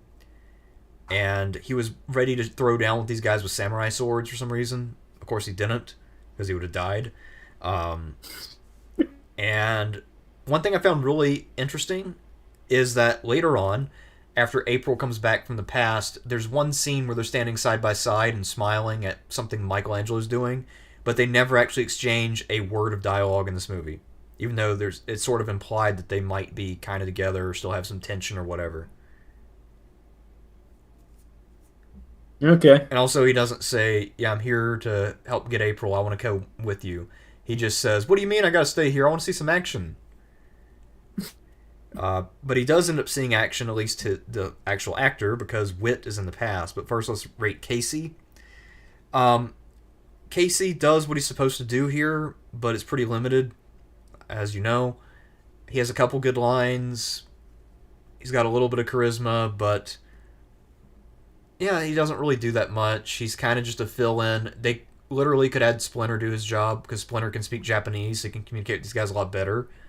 But instead, it's Casey just pointing at things and saying English, and then they're like, "Oh, hockey, yeah, yeah." So, I give him a C. I mean, he should have had a better role, but I feel like he did well with what he had, and I thought he was funny. I mean, I think I'd knock that down to a D just because what he had was so minimal. Mm. Yeah, sure thing. I'm not going to argue with you. You just saw the movie. And the present doesn't really have much bearing on the story. If anything, it's an unneeded diversion from the action. I feel like this would be a lot tighter if they just went back to the past and they came back. I mean, I guess they wanted to get Splinter in it, but the Splinter puppet looks like ass in this one, so there's no reason to do that. They should have just had the Turtles go back, maybe take Casey with them, and then just have Casey Jones in the past. Because they do a lot of lame jokes about that time period they're in. And I feel like with Casey's known ignorance, he would make much funnier comments. as opposed to the turtles who are sort of steeped in this culture a little bit, who still say ignorant shit, which doesn't make sense because we Yeah. know they're trained ninjas. Yeah, you're right. That's a good point you make there, man. So what about Wit? Wit is a much different and, in this movie at least, better character. Wit is sort of a low-ranking European explorer. He's self-serving and cunning, but he also has a code of ethics. He is captured alongside of Mitsu, who's a female character, and also April. And at one point, after he helps the turtles in a fight, he betrays them and goes to Walker to get paid. So he is necessary for the plot. He does quite a bit. But he does have ethical concerns, and he has an attack of conscience. So he, when it turns out Walker plans to kill the turtles, he says, that's not part of our deal. So he was okay with betraying his friends and letting them get captured, and he didn't think they might be executed. Even though, for context, the Japanese in this movie think the turtles are demons because they have an old scroll with a bunch of turtles depicted on it. Yeah, that was a trope that you don't get quite as much anymore. But this idea of like the guy who betrays you, but didn't want to betray you that badly, so the conscience attacks him and they will side with you. Yeah, so of course then he turns back to the side of the good, and he ultimately, just like Casey in the first movie, delivers the final blow to Walker. Because even though Lord Norinaga was technically in command, he is very much made a joke as the movie goes on, and then Walker emerges as the true villain. So Wit... Yeah, I do remember that. I remembered Walker being the main villain, really, and he falls to his death, but we'll get to that later, because that's always like, but by that time it was such a cliche of the bad guy falls to their death, Yeah, and it's also a callback to Turtles 1, where, again, an Elias Koteas character is the one who hits the final blow on the main bad guy. In this case, what he does is he fires a cannon, because Walker deals in cannons and muskets. So he fires a cannon, which knocks Walker off the castle wall to his doom. So would you rate Wit? Actually, I kind of like Wit. Wit is a little bit complicated in a movie which is not at all complicated. At least not sophisticated in any way. And while his actions don't really make a hell of a lot of sense, I did at least kind of enjoy him on screen. Unfortunately, once again, Paige Turco is incapable of producing chemistry with any other human. So there are scenes with her and Wit in the past, and there's nothing there. Blank. Not a spark. So I have to give Wit a B, which I think is fair. I think he does really well with what he has, but what he has is not that impressive, although it is a little more complex than most of the other plot lines. Okay, so he's a B. We're going on to April now, though. Who Yes. I've already heard some rough stuff from you about her at this point. Okay, so remember in Turtles 2 how her lines are flat, but they at least make sense? She just doesn't really have a lot of zest. She can do the smile right, but that's about it. In this movie, they decided to put her on the screen a lot more. And she, of course, is the damsel in distress, even more so than Michelangelo, because Michelangelo also gets separated, but April is the person they go after originally. And of course, she can't really defend herself, so she's the damsel in distress, and that means she gets to talk a lot to a whole lot of characters. And she doesn't really sync with any of them. She just kind of seems out of place. She seems like she's just reading her lines blandly with no emotion. And it stands out because most of the other actors are at least competent, even if their material sucks, but she's just not good. And because they lean on her so much, her shortcomings as April are really apparent. And if anything, she's worse than in the last movie, as I said, qualitatively too. So even with the Turtles, there's so little chemistry between April and the Turtles that when Mikey rejoins the rest of the group, he basically passes April and they just look at each other and nod, then he goes up to his brothers and high fives. And there's not really like any like April or anything like that. It's just a lot of this movie is very poorly done. There's no camaraderie. I mean, they try to do it. And the Turtles have it a little bit as they're wandering through the castle, cracking wise and stuff. Jokes that are really terrible, by the way, but at least they're, having a good time. But with April, she's just probably the worst thing in this movie, honestly. And actually, she's probably the absolute worst thing about the entire trilogy. Even worse than Taka and Razar. the only saving grace she has, which might put her ahead of Taka and Razar though, is that I guess they figured out that the turtle costumes look terrible and they want something nice to look at, so they gave her a short skirt at one point so you can see her legs. So again, this is a little more mature than Turtles 2 because they have one veiled weave reference and they have April's legs. And there we're we not go. talking like a lot of leg. We're talking like, a little bit above the knee. So this isn't exactly risque, but the turtles pointed out and they go swing. So that was basically all she provided was just some leg, because otherwise her acting was abhorrent. Yeah. So easy F. And next up, the best character in Turtles 3, Walker, played by Stuart Wilson. Wait. Before you get to Walker, what are you rating April again? F. F. Gotcha. That's what I figured. So the only thing with her is her legs. That's it, right? Yeah, that's it. I mean, maybe that puts her ahead of Taka and Razar. I don't know, but it's close. If it wasn't for the legs, then it's a no contest. I mean, I guess it depends on how eager you are to see a tiny bit of leg. A tiny bit of leg and have some turtles go swing. F it is. All right, Walker. All right. Walker is the main bad guy. As I said, he is a mercenary arms dealer played by Stuart Wilson. I didn't look up his career, but this guy actually is talented, at least in this movie. It's kind of like the Shredder in Turtles 1 in a way, in the sense that we established that this man is cunning and ruthless. And he's not a clown. He does work with some clowns, but he himself is not a clown.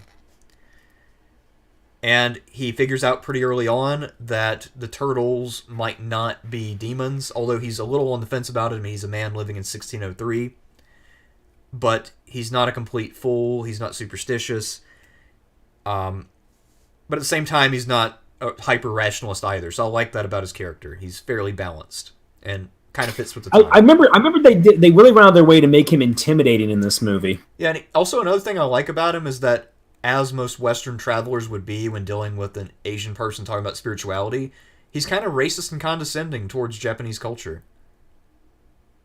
I think that's actually a good touch, because it not only makes him more of a dick, but also is probably realistic if you were an arms dealer in Japan. I mean, most of them would probably be a little more diplomatic about it. But I guess in this one, there's not enough time to establish that he is quietly contemptful. So he just has to, wear it pretty openly. He also has a pretty funny confrontation with Mikey the first time that he sees him, because early on his men come up to him, boss, there's demons. You guys are morons, these are just samurai masks, get the fuck back out there. And then he sees Michelangelo just rides by him, and they just stare each other down, and then Michelangelo starts talking, and he says, Clint Eastwood? And so they have this confrontation, and then he pulls out his pistol, and he's about to shoot him, and then of course the other turtles save him. It's actually kind of a well-done comedy action scene. And probably the best scene in the movie, actually. Let's see. He also, again, to build up his bad guy credentials, he's very contemptful of women. He talks about women being like wild animals. And he is obsessed with birds. So he's got a weird sort of hobby where he's constantly worried about his birds and having his underlings go feed them. So I actually like his character a lot. There's enough eccentricity and depth that he feels real, and he also feels formidable. Because he's there to make money, and he's a man of violence. He also has some confidence to him. I think he's an A. Which I never thought I'd say A about any Turtles 3 character, but with Walker I actually think he's a very good villain.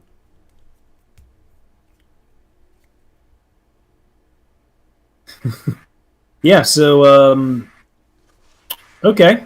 So you said A, right? Yeah, I was actually impressed by Walker on reviewing this again.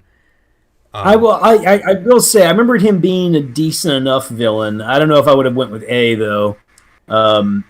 But yeah, I can see. I mean, once again, I'm going to defer to you, man. You just saw the fucking thing. And like I said, I mean, and to be fair though, in this movie, I felt the worst thing about this movie was the turtles themselves. But we'll get there eventually. Yeah, I mean, actually, I think that most of the human characters as a whole are usually better in these movies, but especially in this one.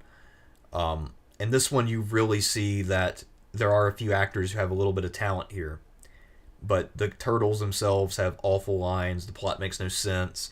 And like I said, I actually think this is a worse movie than Turtles 2, but the acting's probably better. if that makes sense. Yes, makes sense. All right. After Walker, we have Lord Noranaga, played by Solo Shimano. Or Shimano. I know that from Yakuza. That's how you pronounce it, Shimano. So anyhow, Yeah. I also forgot to look up this actor's IMDb, so I don't really know what he's been in. But apparently, I read that this character is supposed to be based on Lord Nobunaga. That is deeply problematic because Lord Nobunaga died in 1582, and this movie is explicitly set in 1603. Also, by this point, Tokugawa Ieyasu controls all of Japan, and he tried to ban foreign arms from being dealt. So, I don't want to nitpick about a movie that has this many flaws, but they really messed up the history here. Fuck it, I'll nitpick about the history. They really fucked up the history here.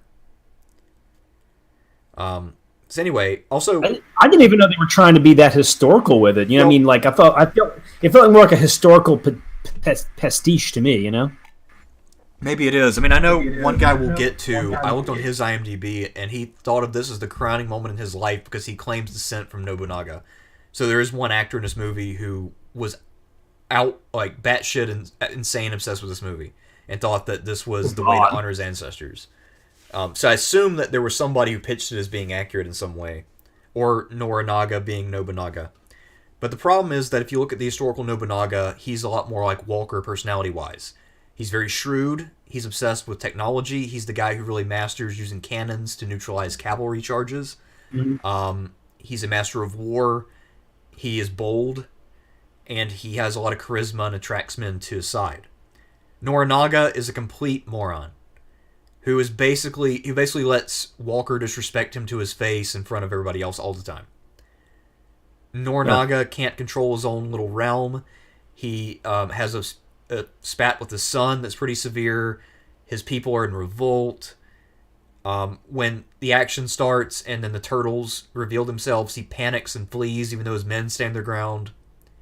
And then there's a comedy action sequence where he gets trapped in a bell by Leo, and then somebody hits it with a cannon, and he comes out with the cartoon smoke effects on his face.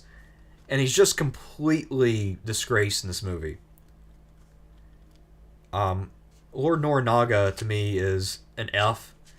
And if they were going for Nobunaga, they really failed. This man is nothing like Nobunaga whatsoever.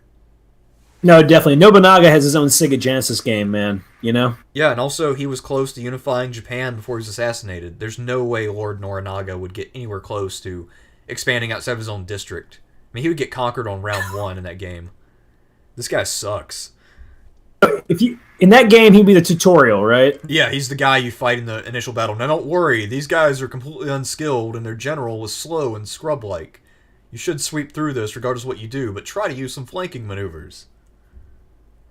Yeah. Anyway, next up is Mitsu, played by Vivian Wu. She's the other lady character. She leads the opposition to Lord Noranaga, and she's the love interest of a character we'll get to later, Kenshin. She's played by Vivian Wu, who mostly at this point has a very active career in China. Mostly minor roles. Most of the stars there are of a younger generation, but she usually plays a mother character in most of those now. But she's had a pretty good career, so she's not bad. And in this one, she's okay.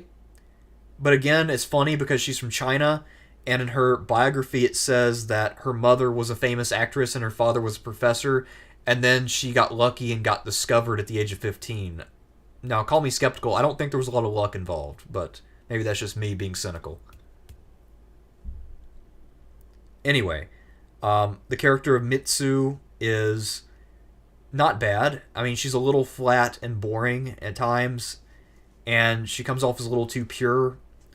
At one point, they were going to introduce a wrinkle of complexity when it turned out that someone had been hiding the scepter from the turtles to keep them there, so they'd have to fight Lord Noranaga when he attacked the village. And at first, it looks like it's Mitsu, but it turns out it's not her. So, that one thing which would have given her some cred as a legitimate, like, Robin Hood-esque leader was thrown out the window within seconds of it being introduced. Yeah. She does seem to develop a decent-ish relationship with the turtles, probably better than April, actually. But she doesn't get a lot of screen time with them to kind of shoot the shit. She also has a grandfather and a little brother. And, there's not really a lot of family dynamics going on there. So she's not really well utilized. She's okay in the action scenes, mostly shooting the bow. Um, to me, she is, I would say, a D. Okay. Yeah, she's not bad, but she's just not good. I'll say this about her. I have no recollection of her in this movie. She's pretty forgettable. Although she is important to the plot technically because she's the key to reunifying this area. It's war torn. That being said, she is not super well utilized, although she is much better utilized than her love interest, who we'll get to after the Turtles and Splinter. Next up is Turtles 3 Leonardo. And by the way, the action figures for Turtles 3 with the samurai suits, those things were fucking cool. They were. Those were good. Those were the last great turtle toys, man. Like, Yeah. no lie. No, those were great. I love those. And I also love the Turtles 2 action figures. I don't think there were Turtles 1 ones, unfortunately, but the Turtles 2 ones were probably my favorite. Close second would be the Turtles 3 action figures. All right. Anyhow, so we're on Leonardo. Once again, Mark Casso's in the suit, and Brian Tachi, once again, is the voice guy. Now, one thing that they do here that I like is that they take advantage of the fact that Mark Casso was a professional gymnast, and they have him do some physically impressive things. He gets a lot of lift on his jump kicks here. So he's very athletic, and they emphasize Leo's parts in the action. Not to the same extent they emphasized Donatello in the last movie, but they still give him a lot of screen time. So you're able to see that athleticism on display. He also, at one point, rides on a horse standing up, which is very difficult to do. So this guy was basically showing off, and pretty impressive stuff. It makes sense. This is what the Turtles should be doing. Although, of course, getting actual humans to do it is pretty difficult. So, Mark Casso was great. And Brian Tachi was stuck with terrible dialogue, so he wasn't really able to do his part. Not his fault, but still, it is what it is. Also, Leo looks high the entire time, Yes, right? he looks baked out of his mind. He looks like he is hanging out with RVD. So, I guess to be fair, equally athletic, or at least comparably, so they'd probably be good friends. Toke up and then do some aerobics and gymnast stuff, lift weights, do some flips. So anyhow, Leo defeats Lord Norinaga pretty easily. They have a sword fight. Norinaga's supposed to be a swordsman. Just like any samurai carries that sword around. Leo doesn't have too much trouble with them. Norinaga gets one front kick in. That's about it. And then Leo just finishes him off pretty speedily. So again, he's kind of Tatsu'd, I guess you could say. He's supposed to be someone who should be somewhat badass as a veteran warrior and a formidable warlord. Another thing that makes no sense about his character, I'm backtracking now a bit, but this guy is really enlisting an arms dealer in Walker, but at the same time, he's obsessed with the scroll and the lantern. So he's both obsessed with a lot of weird mystical stuff, but also obsessed with guns, and also lets Walker talk shit to him. So, very confusing character, Lord Norinaga. Anyhow, with Leo, he's hard to rate. I think I'm feeling an E just because of how bad the acting was. Although I might even be one to go up to a D just because of how athletically impressive he was. I don't know. Yeah. What do you think? When in doubt with Turtles 3, I always say go with the lower rating. Alright, well, E it is then. Congratulations, Leo. You are now beside of Kino. What an honor. Okay. Next up is Raphael, and he has two very new people. I forgot to look them up, but the guy in the suit is Matt Hill. The guy doing the voice is Tim Kelleher.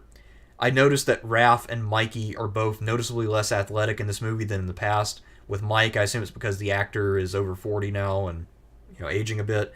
I forgot to look up the Raphael actors, so I don't really know. The voice guy, once again, manages to bridge the gap pretty well. He's the third actor to take this role. And Raph does a fair amount of speaking because he kind of mentors Yoshi. So he does show character growth. They ham it up a little bit because after he tells Yoshi to control his temper, he says, "Man, I can't believe I'm saying that." So Raph That's funny. finally has character growth.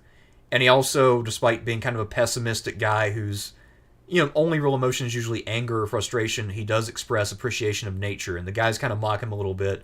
And rather than blowing a stack, he's just kind of like, sheesh. So he just kind of blows it off and moves on. So, I mean, there's actual character growth for once, which is surprising. I didn't expect that. I forgot all about that. But aside from that, Raph is pretty generic. He kind of more shoots the shit now. He's a lot more easygoing in this one, a lot more relaxed. So he's back there with the rest of the guys cracking wise, enjoying himself. He also thinks about staying in the past, but he's not as adamant about it as Michelangelo, for whatever reason. I actually think Raph in this one is pretty solid. I would give him a D. And by solid, of course, I mean by Turtles 3 standards. So...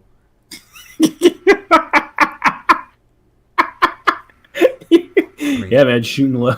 Solid turd, I say just below, or I guess technically above par, right? Because you want to be below par, so he's just above par.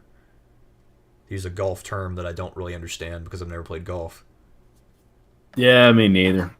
And I never. But yeah, I never played golf adult game again. Although, just real quick, I love that line in the first Turtles movie when Raph leaves the movie theater from watching Critters, and he turns back and he says, "Where do they come up with this stuff?" Oh, that was a good one.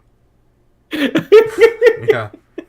He went to go watch Critters. He's like, "Where do they come up with this stuff?" Yeah. So next up is Donatello, who this time is Jim Raposa in the suit, and Corey Feldman returned to take up the voice work. Noticeable improvement from the second movie in terms of the voice work. He tries to build a new scepter in this movie, which is goofy. But the guy they have in the suit, Jim Raposa, is very athletic. He's kind of like Mark Casso in the sense that he gets a lot of lift on his jumps, and they show off his skills a fair amount. Obviously, he has less of a role than in the second one, but that's probably a good thing because you want to balance it out. Donatello was not really one of the more popular characters, so I'm surprised they actually gave him so much screen time in Turtles 2. Wait, really? I don't think he was. I think he was. Well, okay. I think that Donatello, Raphael, and Michelangelo all had their fan bases, and Leo had none, right? Yeah. And I guess I would say that Raph and Mike were probably two most popular. But I knew a lot of people like Donatello, but a lot of that had to do with the video game also. Yeah, once the games came out, the 16-bit ones where Donatello is dominant, I think that changed things up. God, even though, dude, the 8-bit Nintendo, the first one, there is no video game where he's more dominant than that one. Oh, really? I mean, yeah, literally, that game sucks. That Nintendo Ninja Turtles game, the first one, you literally sacrifice your other turtles and save Donatello for when you need him. I mean, he's a monster in that game. Raphael is awful in that game. Oh, yeah, because reaching that one is massively important. But I assume that once 2 and 3 came out, people stopped playing the original by and large. Very true, very true. They did. But I'm just all I mean is Donatello was good in all of the video games. That one, I'm only saying that one, he was light years ahead of his buddies, right? Sure. But anyway, all I'm saying is that Donatello, I mean, Danny liked Donatello best, and some other people did. And then, of course, he kicked ass in the video games. I just feel like Leo was the one that nobody gave a shit about. I think you're right. Leo was not ultra popular. No, he wasn't. I mean, I liked him in the video game, and I liked him in the CGI movie. But yeah, I mean, Leo is not anybody's favorite. But the thing about Leonardo type characters is that that's a character that's a character that's not writer proof. I mean, no character really is, but I mean, in particular, it's not. It's going to be harder to write that character well and make him engaging in our day and age. Yeah, because he really needs some sort of a flaw or something they has to overcome. Yeah, I think you're right. That's really what he needs. Because he doesn't really have any outstanding characteristic. I mean, he's dutiful, I guess, is his main thing, which is boring. Yeah, which is why I like him in the first movie, because there's this thing where he's a goofy teenager who's also trying to be the dutiful leader. Yeah. I mean, do they explore it in a deep way? No, but it's nice to see Leonardo not just be "Hi, I'm the leader." Yeah. Fuck. Remember Team America World Police? Yes, unfortunately, I do. Oh, actually, no, I like Oh that God, movie. come on. That movie's great, man. Yeah, Like they introduce him to the team, and he's like this guy. He's a college quarterback, a natural leader. yeah. I guess it's probably a Red Dawn joke. Yeah, but but it's also just like yeah, the team leader. Yeah, he used to do college football, right? So Leo, they just didn't do enough with him in most of these films, right? But anyway, sorry, just there's my thing. I know what you're saying though. Donatello not as popular as Mike and Raph, but he had fans. I never knew a single Leonardo fan growing up. Yeah, with Donatello, I'm also thinking an E here. Again, he stays out of the F category because he's athletic, but the jokes in this one are absolute ass, and Donatello gives a lot of them.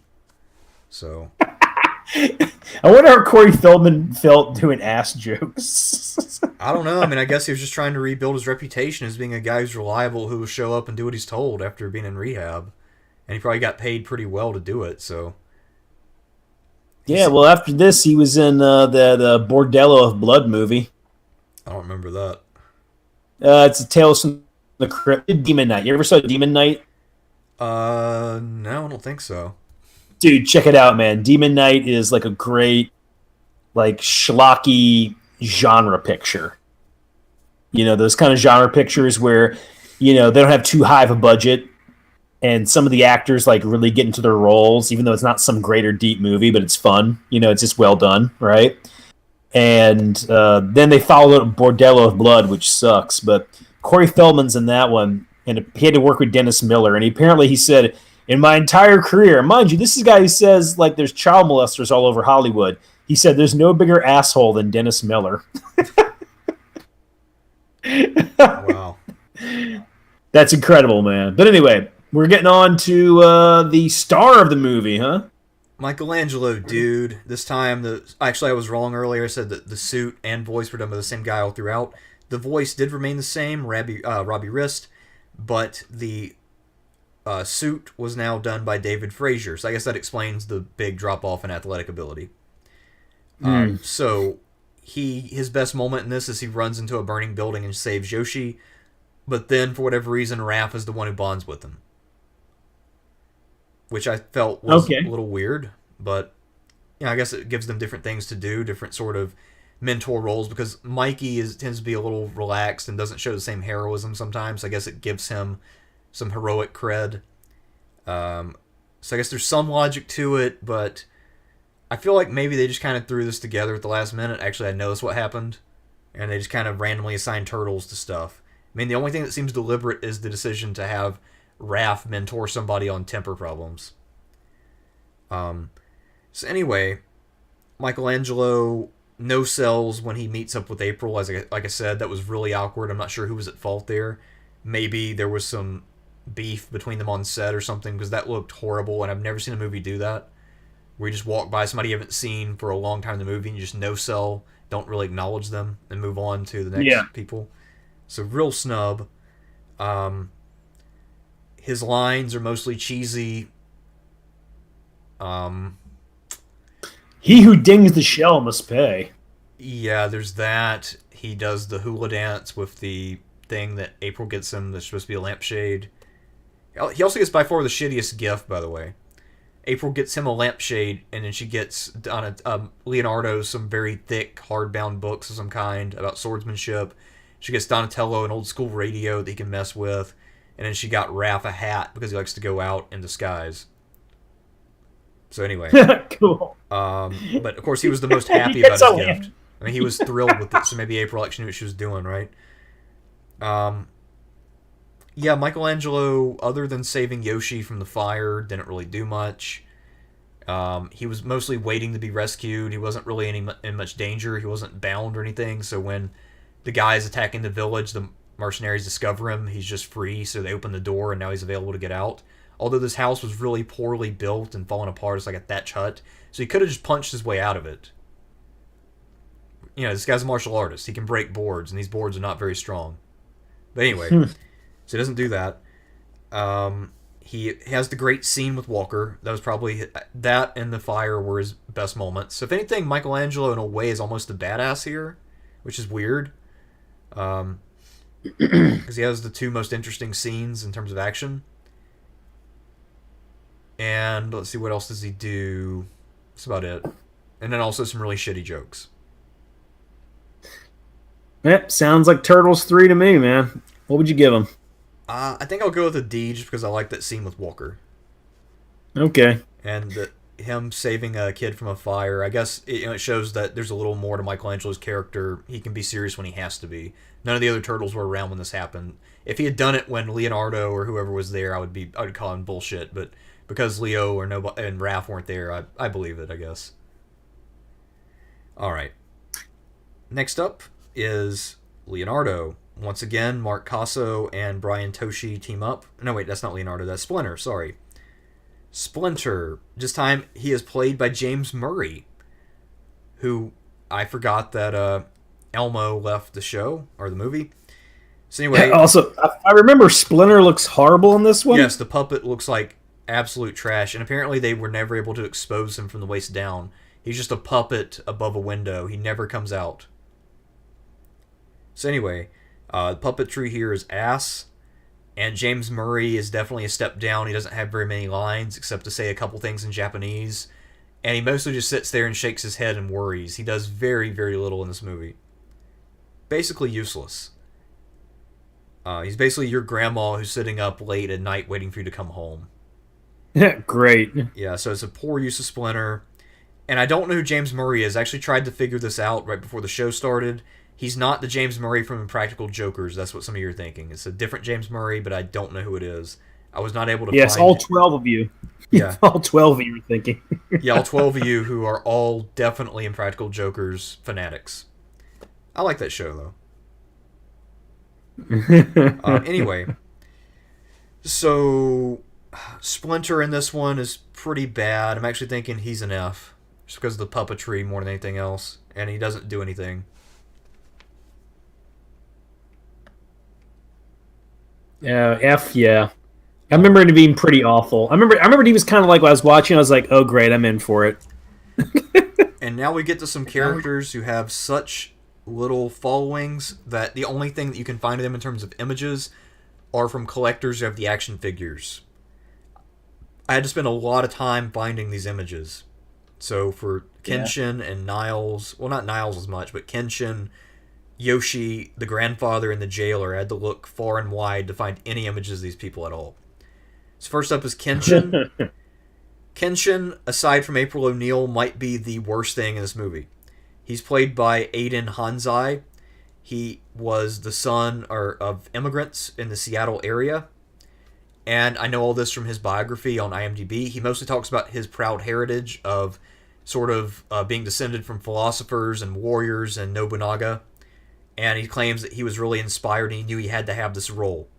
So if you read that in his biography and there's a whole paragraph and that's the bigger paragraph in that, then that tells you all you need to know about his career.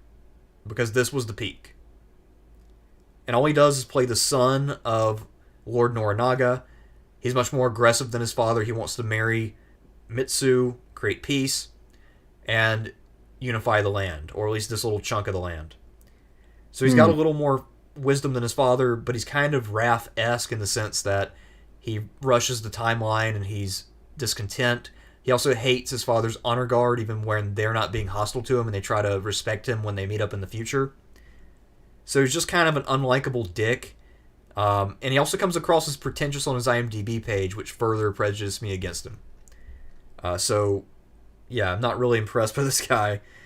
And again, when he's talking about his love of Nobunaga, I gotta wonder, does he know the dates? Because there's a 20-year gap.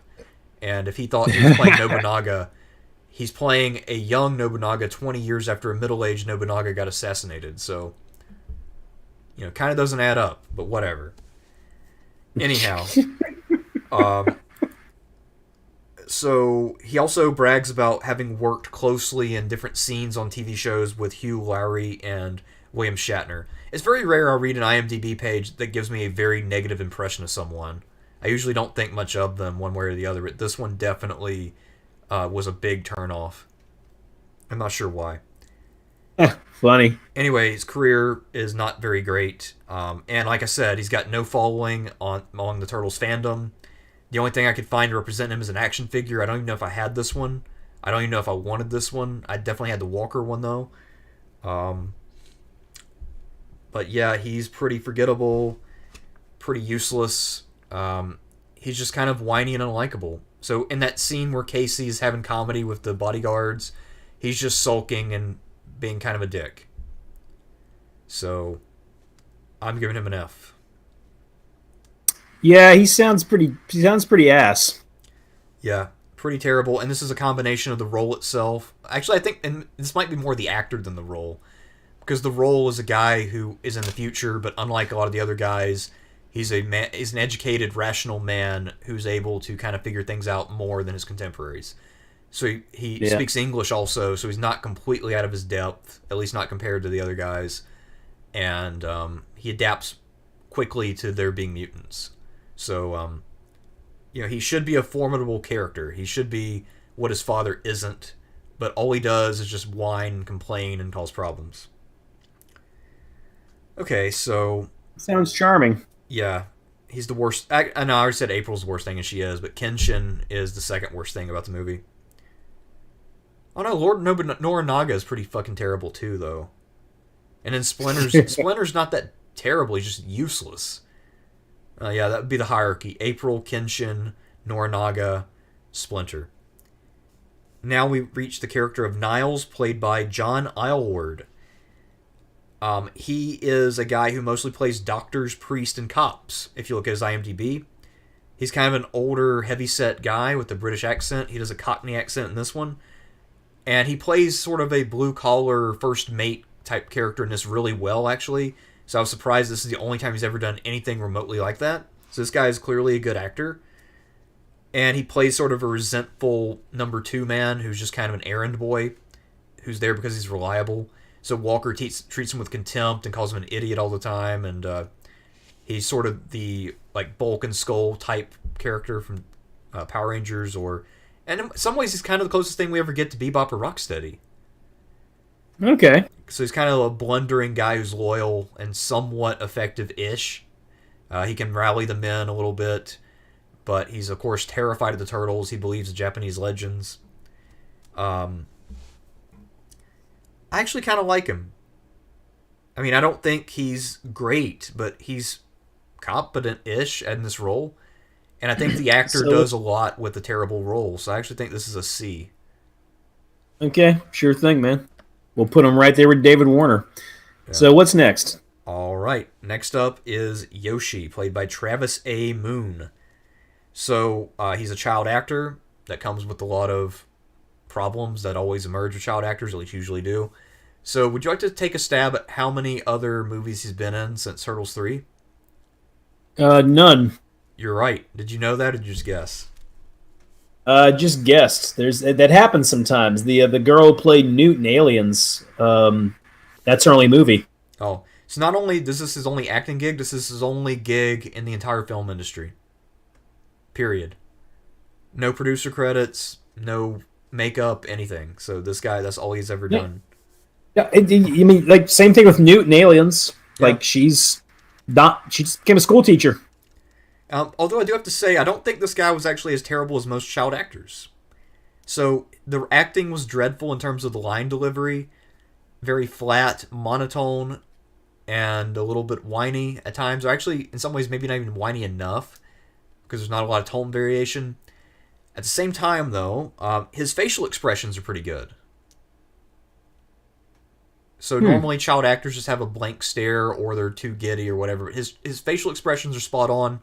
It's just his voice acting is terrible. So kind of a mixed performance. Actually, it's pretty bad because the lines he's given are also super cringe. I have to give him a gentleman's E. He's not anywhere near the worst thing about this movie, but he's also pretty bad. And I do give him credit for being a kid who knows how to use his face to express himself, because that is a skill that a lot of actors never have. Cough, cough, Chuck Norris. Okay. Next up is another character who is pretty hard to find, doesn't have a big following. This is the grandfather of Mitsu and Yoshi, who are brother and sister. The grandfather... Oh, wait, what was your rating? What was your rating for the kid again? Sorry. An E. E? Okay, gotcha. So, next up is the grandfather. His one contribution was yelling for help when his grandson was in trouble, and he also made the decision to hide the scepter so that the turtles would be forced to fight against Lord Norinaga. Or at least he took credit for it. Maybe it was actually Mitsu, I don't know. But the grandfather basically says, we're desperate, we'll be wiped out, you gotta help us. And interestingly enough, this guy's played by Tad Hirino, who, just like Kenshin, was an American-born guy from Seattle. And he also appeared in a number of other things, mostly martial arts centered, one of which was an episode of Lee Van Cleef's The Master from the 80s, the show about a master ninja, which Mr. Science Theater covered as a TV movie. Good flick. Yeah, so that was the grandfather's character, pretty minimal, literally has one contribution, which is actually important. I can't really rate his acting because there's so little of it, but he doesn't get on my nerves at all, so I guess I'll go with an E. I gotta wonder who this last person is with the glasses on who's pointing at me with a cigar. Here I could not find a picture of the guy in costume, and all I could find is a picture of him as an actor when he's probably quite a bit older. Yeah. I think he died in 2018, so this picture's probably not far from 2018. He is played by Glenn Chin, and this guy basically did minor roles just like the jailer in this, and the only reason I put him on here as a major character is because he gets a lot of screen time even though he has no lines, and effectively he's just a sort of sumo-looking guy, and to be fair, this actor also did sumo roles too, who carries around a large halberd, or whatever that thing is that has the curved blade on the end that kind of looks like a mini sword on top of a spear. Anyway, he's got one of those, and he guards the prisoners, who at various times include April, Mitsu, and Wit. So he gets people talk shit to him constantly. They call him a fat guy. They make fun of him. The turtles trick him by coming through the sewer, and he's basically a comedic relief character. I feel bad for him. That being said, I guess the sort of medieval stereotype is that the guy you put in the dungeon is a guy without imagination who won't take advantage of the situation. He's just a loyal, poor retainer with no real imagination. Yeah. So actually, I think that he does his role reasonably well, even if it is such a minor role. I wish he'd had a little less screen time because his character was pretty pointless. But actually, I'm feeling a D for this guy. Because again, it's a really minor role, but he appears a fair amount, and he does what he's supposed to.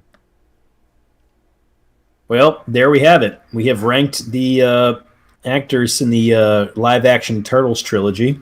I don't know of any other. I don't know of too many film series that had such a dramatic drop in quality. Do you? I don't either. I can't think of anything comparable to this at all. So, this is fairly unique. Turtles 2 and 3 were pretty disappointing, but Turtles 1, pretty great. Yeah. But why do you think Turtles 3 is better than 2 at having watched them recently? Because, most people would say 3 is the worst one. I think 3 is the worst movie. However, 2 is... 3 is a worse movie, but it also has better acting. So, I feel like the script is worse. It's not really relevant to the Turtles universe at all.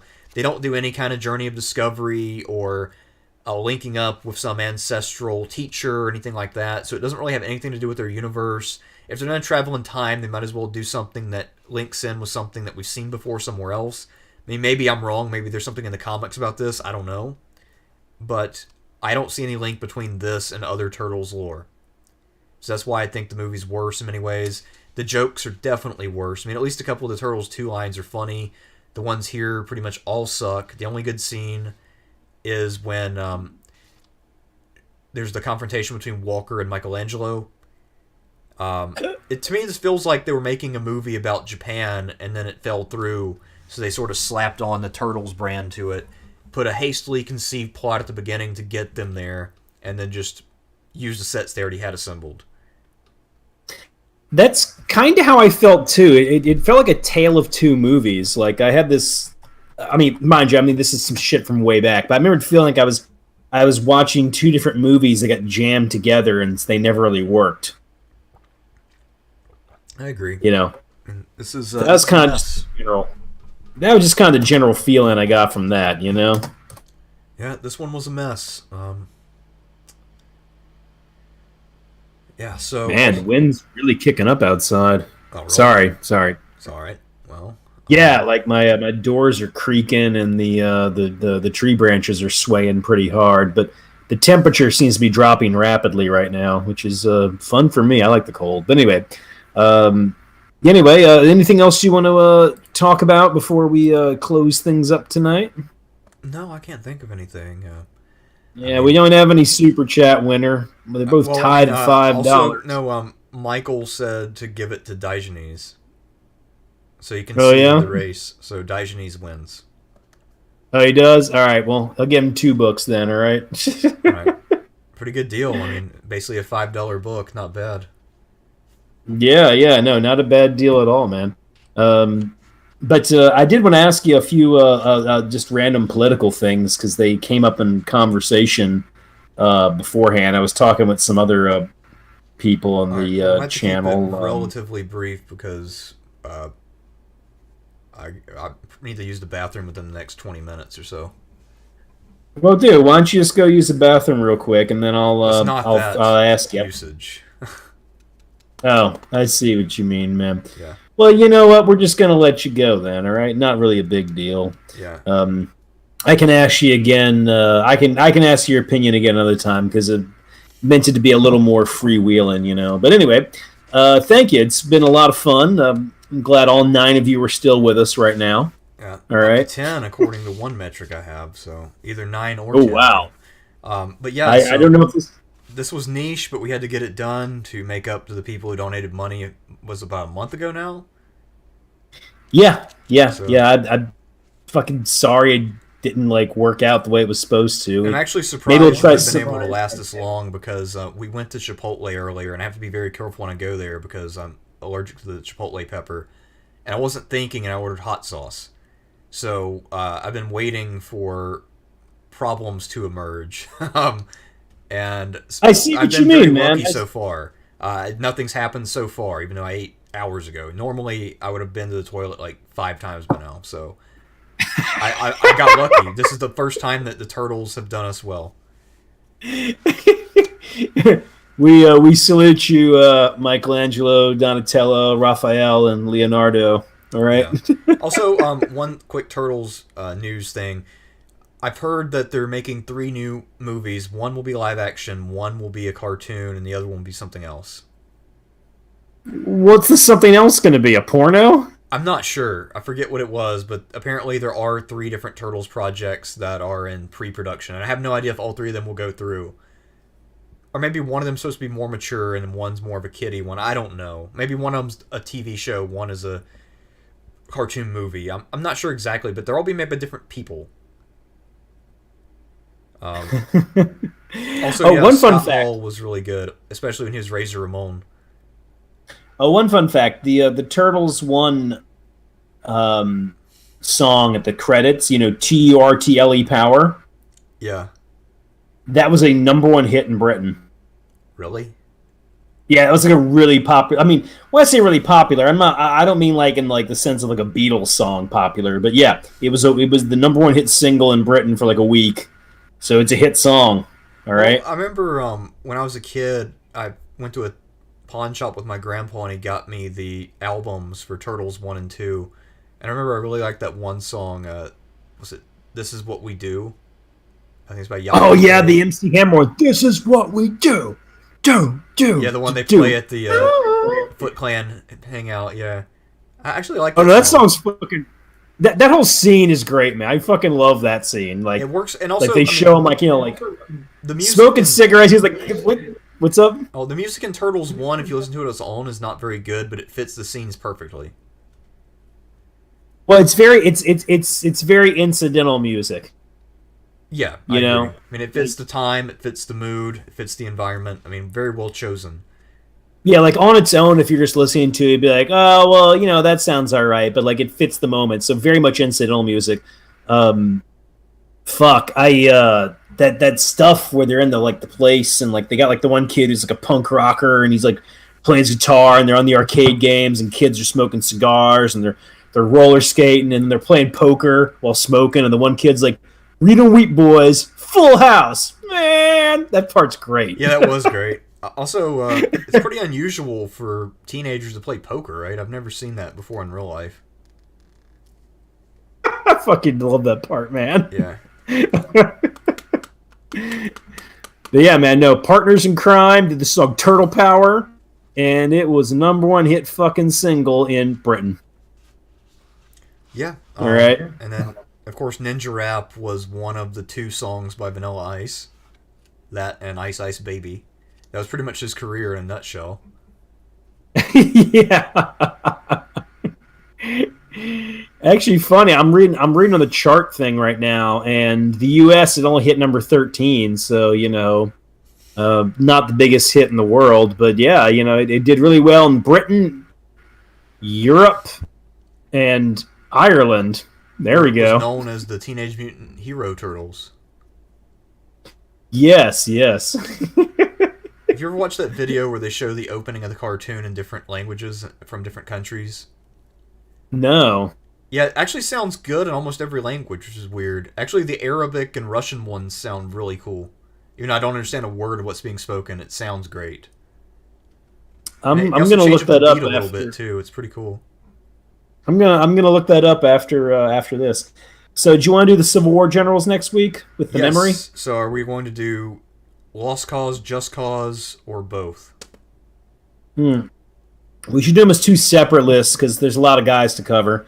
Yeah, maybe what I can do is create a poll on my channel, and then give it 24 hours or however long, and whatever people select is what we'll do. Okay. I'm going to send you, I'll send you a few images you can use for both of them. I've got one image of Lee, Beauregard, and a few other Confederates hanging out. Like they took a big photo together. They met up for a meeting to talk about relief for Confederate veterans. And it's a pretty good photo. I'll send that one to you for the thumbnail. Well, that is pretty interesting. Yeah. Anyway, I don't want to keep you away from the shitter, so thank you, ma'am. This has been a lot of fun. It's been fun, especially talking about the first movie because it's nice to talk about a movie that's good and talk about how it's good. Yeah, I agree. And also, listening to you talk about Turtles 3 was jogging my memory about the movie. I don't remember that much, but I remembered a few things from you talking. Yeah, it's pretty bad. And also, I hate that I had to give the descriptions of 2 and 3 because you're talking with Turtles 1. Well, there are these themes going on. There's a deeper meaning. It's in this context, and I'm just describing these hastily assembled genre films where it's just one damn thing after another, and there's no real point to it. Films that are they're just trying to cash in on a craze, which is true of the first movie, but you could tell like they were like, we'll make it about fatherhood and fathers and sons, which you don't really get in a lot of movies in a positive way. I figure most artists don't like their dads. That's why I feel like dads are always in movies and art are always depicted as just assholes. Yeah. That's just the thing. So it's kind of nice. It's different in the Turtles movies for that Turtles 1. And you could tell, like, once again, the set designer did a good job. They somehow casted the movie pretty well. So I kind of look at Turtles 1 as accidental. I don't want to say classic because I'd say it's accidentally good movie. Like, it should not have worked out, and it just happened. Yeah, and that, with the original Turtles, it just, I think, hit at the right moment, too. They put enough effort into it. It filled up a gap in movies because you had Batman the year before, so there's a craving for this kind of darker superhero-esque stuff. And it hit it right at the peak. A lot of the Turtles fans who had been watching for a few years at this point are old enough to watch this movie now. So I feel like, yeah, that was perfectly timed. And it brought the Turtles to their zenith. Although actually I imagine the absolute peak of popularity is probably Turtles 2. Yeah, no, that was the absolute peak of Turtle Mania. But of course, some of that peak has to do with the success of that movie. And then it really tapered off after that. Power Rangers came out in, 93, 94. And after that, things just started to shift, and the Turtles became sort of the thing. If you talked about Turtles at the playground, people thought you were a loser. So, yeah. That's how What I if learned, you that's how wait? I learned how trends work as a kid, was when What? But what if you were to go now and talk to people about turtles at the playground? How would they react? uh, how old are the people I'm talking to? Actually, no, they've had the instantiations of turtles for a long time now. So if it's anybody my age or younger, they'll know exactly what I'm talking about. I mean, they might have a different instantiation of it. I mean, a lot of the kids who are, say, currently college age, if I was, teaching a course and I talk to them about turtles, they're probably thinking about the 2003 or 7 ones or whatever, or the Michael Bay ones, but they at least know what the franchise is. Hey, true. It has stuck around. That's true. Yeah, it's had staying All power right. despite what it was, it Ebert or Ropert said. Ebert, Yeah. Ebert. No, Siskel would have been the guy at the time. Siskel really didn't like him. Um, but Siskel is fucking lame, man. I mean, I'm not gonna hate on the guy too much, but he's fucking lame. Yeah. Actually, I've seen a lot of their reviews that are questionable. Remember when they gave Laser Blast the same rating as Temple of Doom? No, you're thinking of Leonard Maltin. Oh, Leonard Maltin, sorry. But yeah, but I'm actually not gonna hate on Leonard Maltin honestly because Mystery Science Theater made fun of him, so he showed up on an episode. Also, the mistake he made with Laser Blast was not giving it 5 stars, so that would be where my critique comes in. No, but really, like, I got to be honest, man. Like Leonard Maltin, like he made fun of himself in a lot of ways. Like he's in Gremlins 2, and he gets killed while giving a bad review of Gremlins, like a negative review, and the Gremlins kill him in the movie. That's pretty funny. Yeah, no, I don't hate on Leonard Maltin at all. Like he was he had a sense of humor about the whole thing. You know, yeah, I mean, like, anyway, sorry, he had a sense of humor at the whole thing. I can appreciate that. Yeah, I can too. I like that. So, big toast to Leonard Maltin. Big toast, Leonard Maltin, I but need to. I'd leave you with this: we're all doing time, and you can do hard time or you can do easy time, and Leonard Maltin, do easy time. Don't take yourself too seriously. You're just a film critic. Almost nobody gives a shit about what you say. A lot of times you reference it not for like your erudition or brilliance, but because we think you got things wrong. Like, me and Ebert, we agreed Turtles 2 sucks, but not for the reasons he wrote, Yeah. No, All right, you're man. right. Have a good night. All right, you too. All right. All right, peace out. Later. All right. So we can never do the Turtles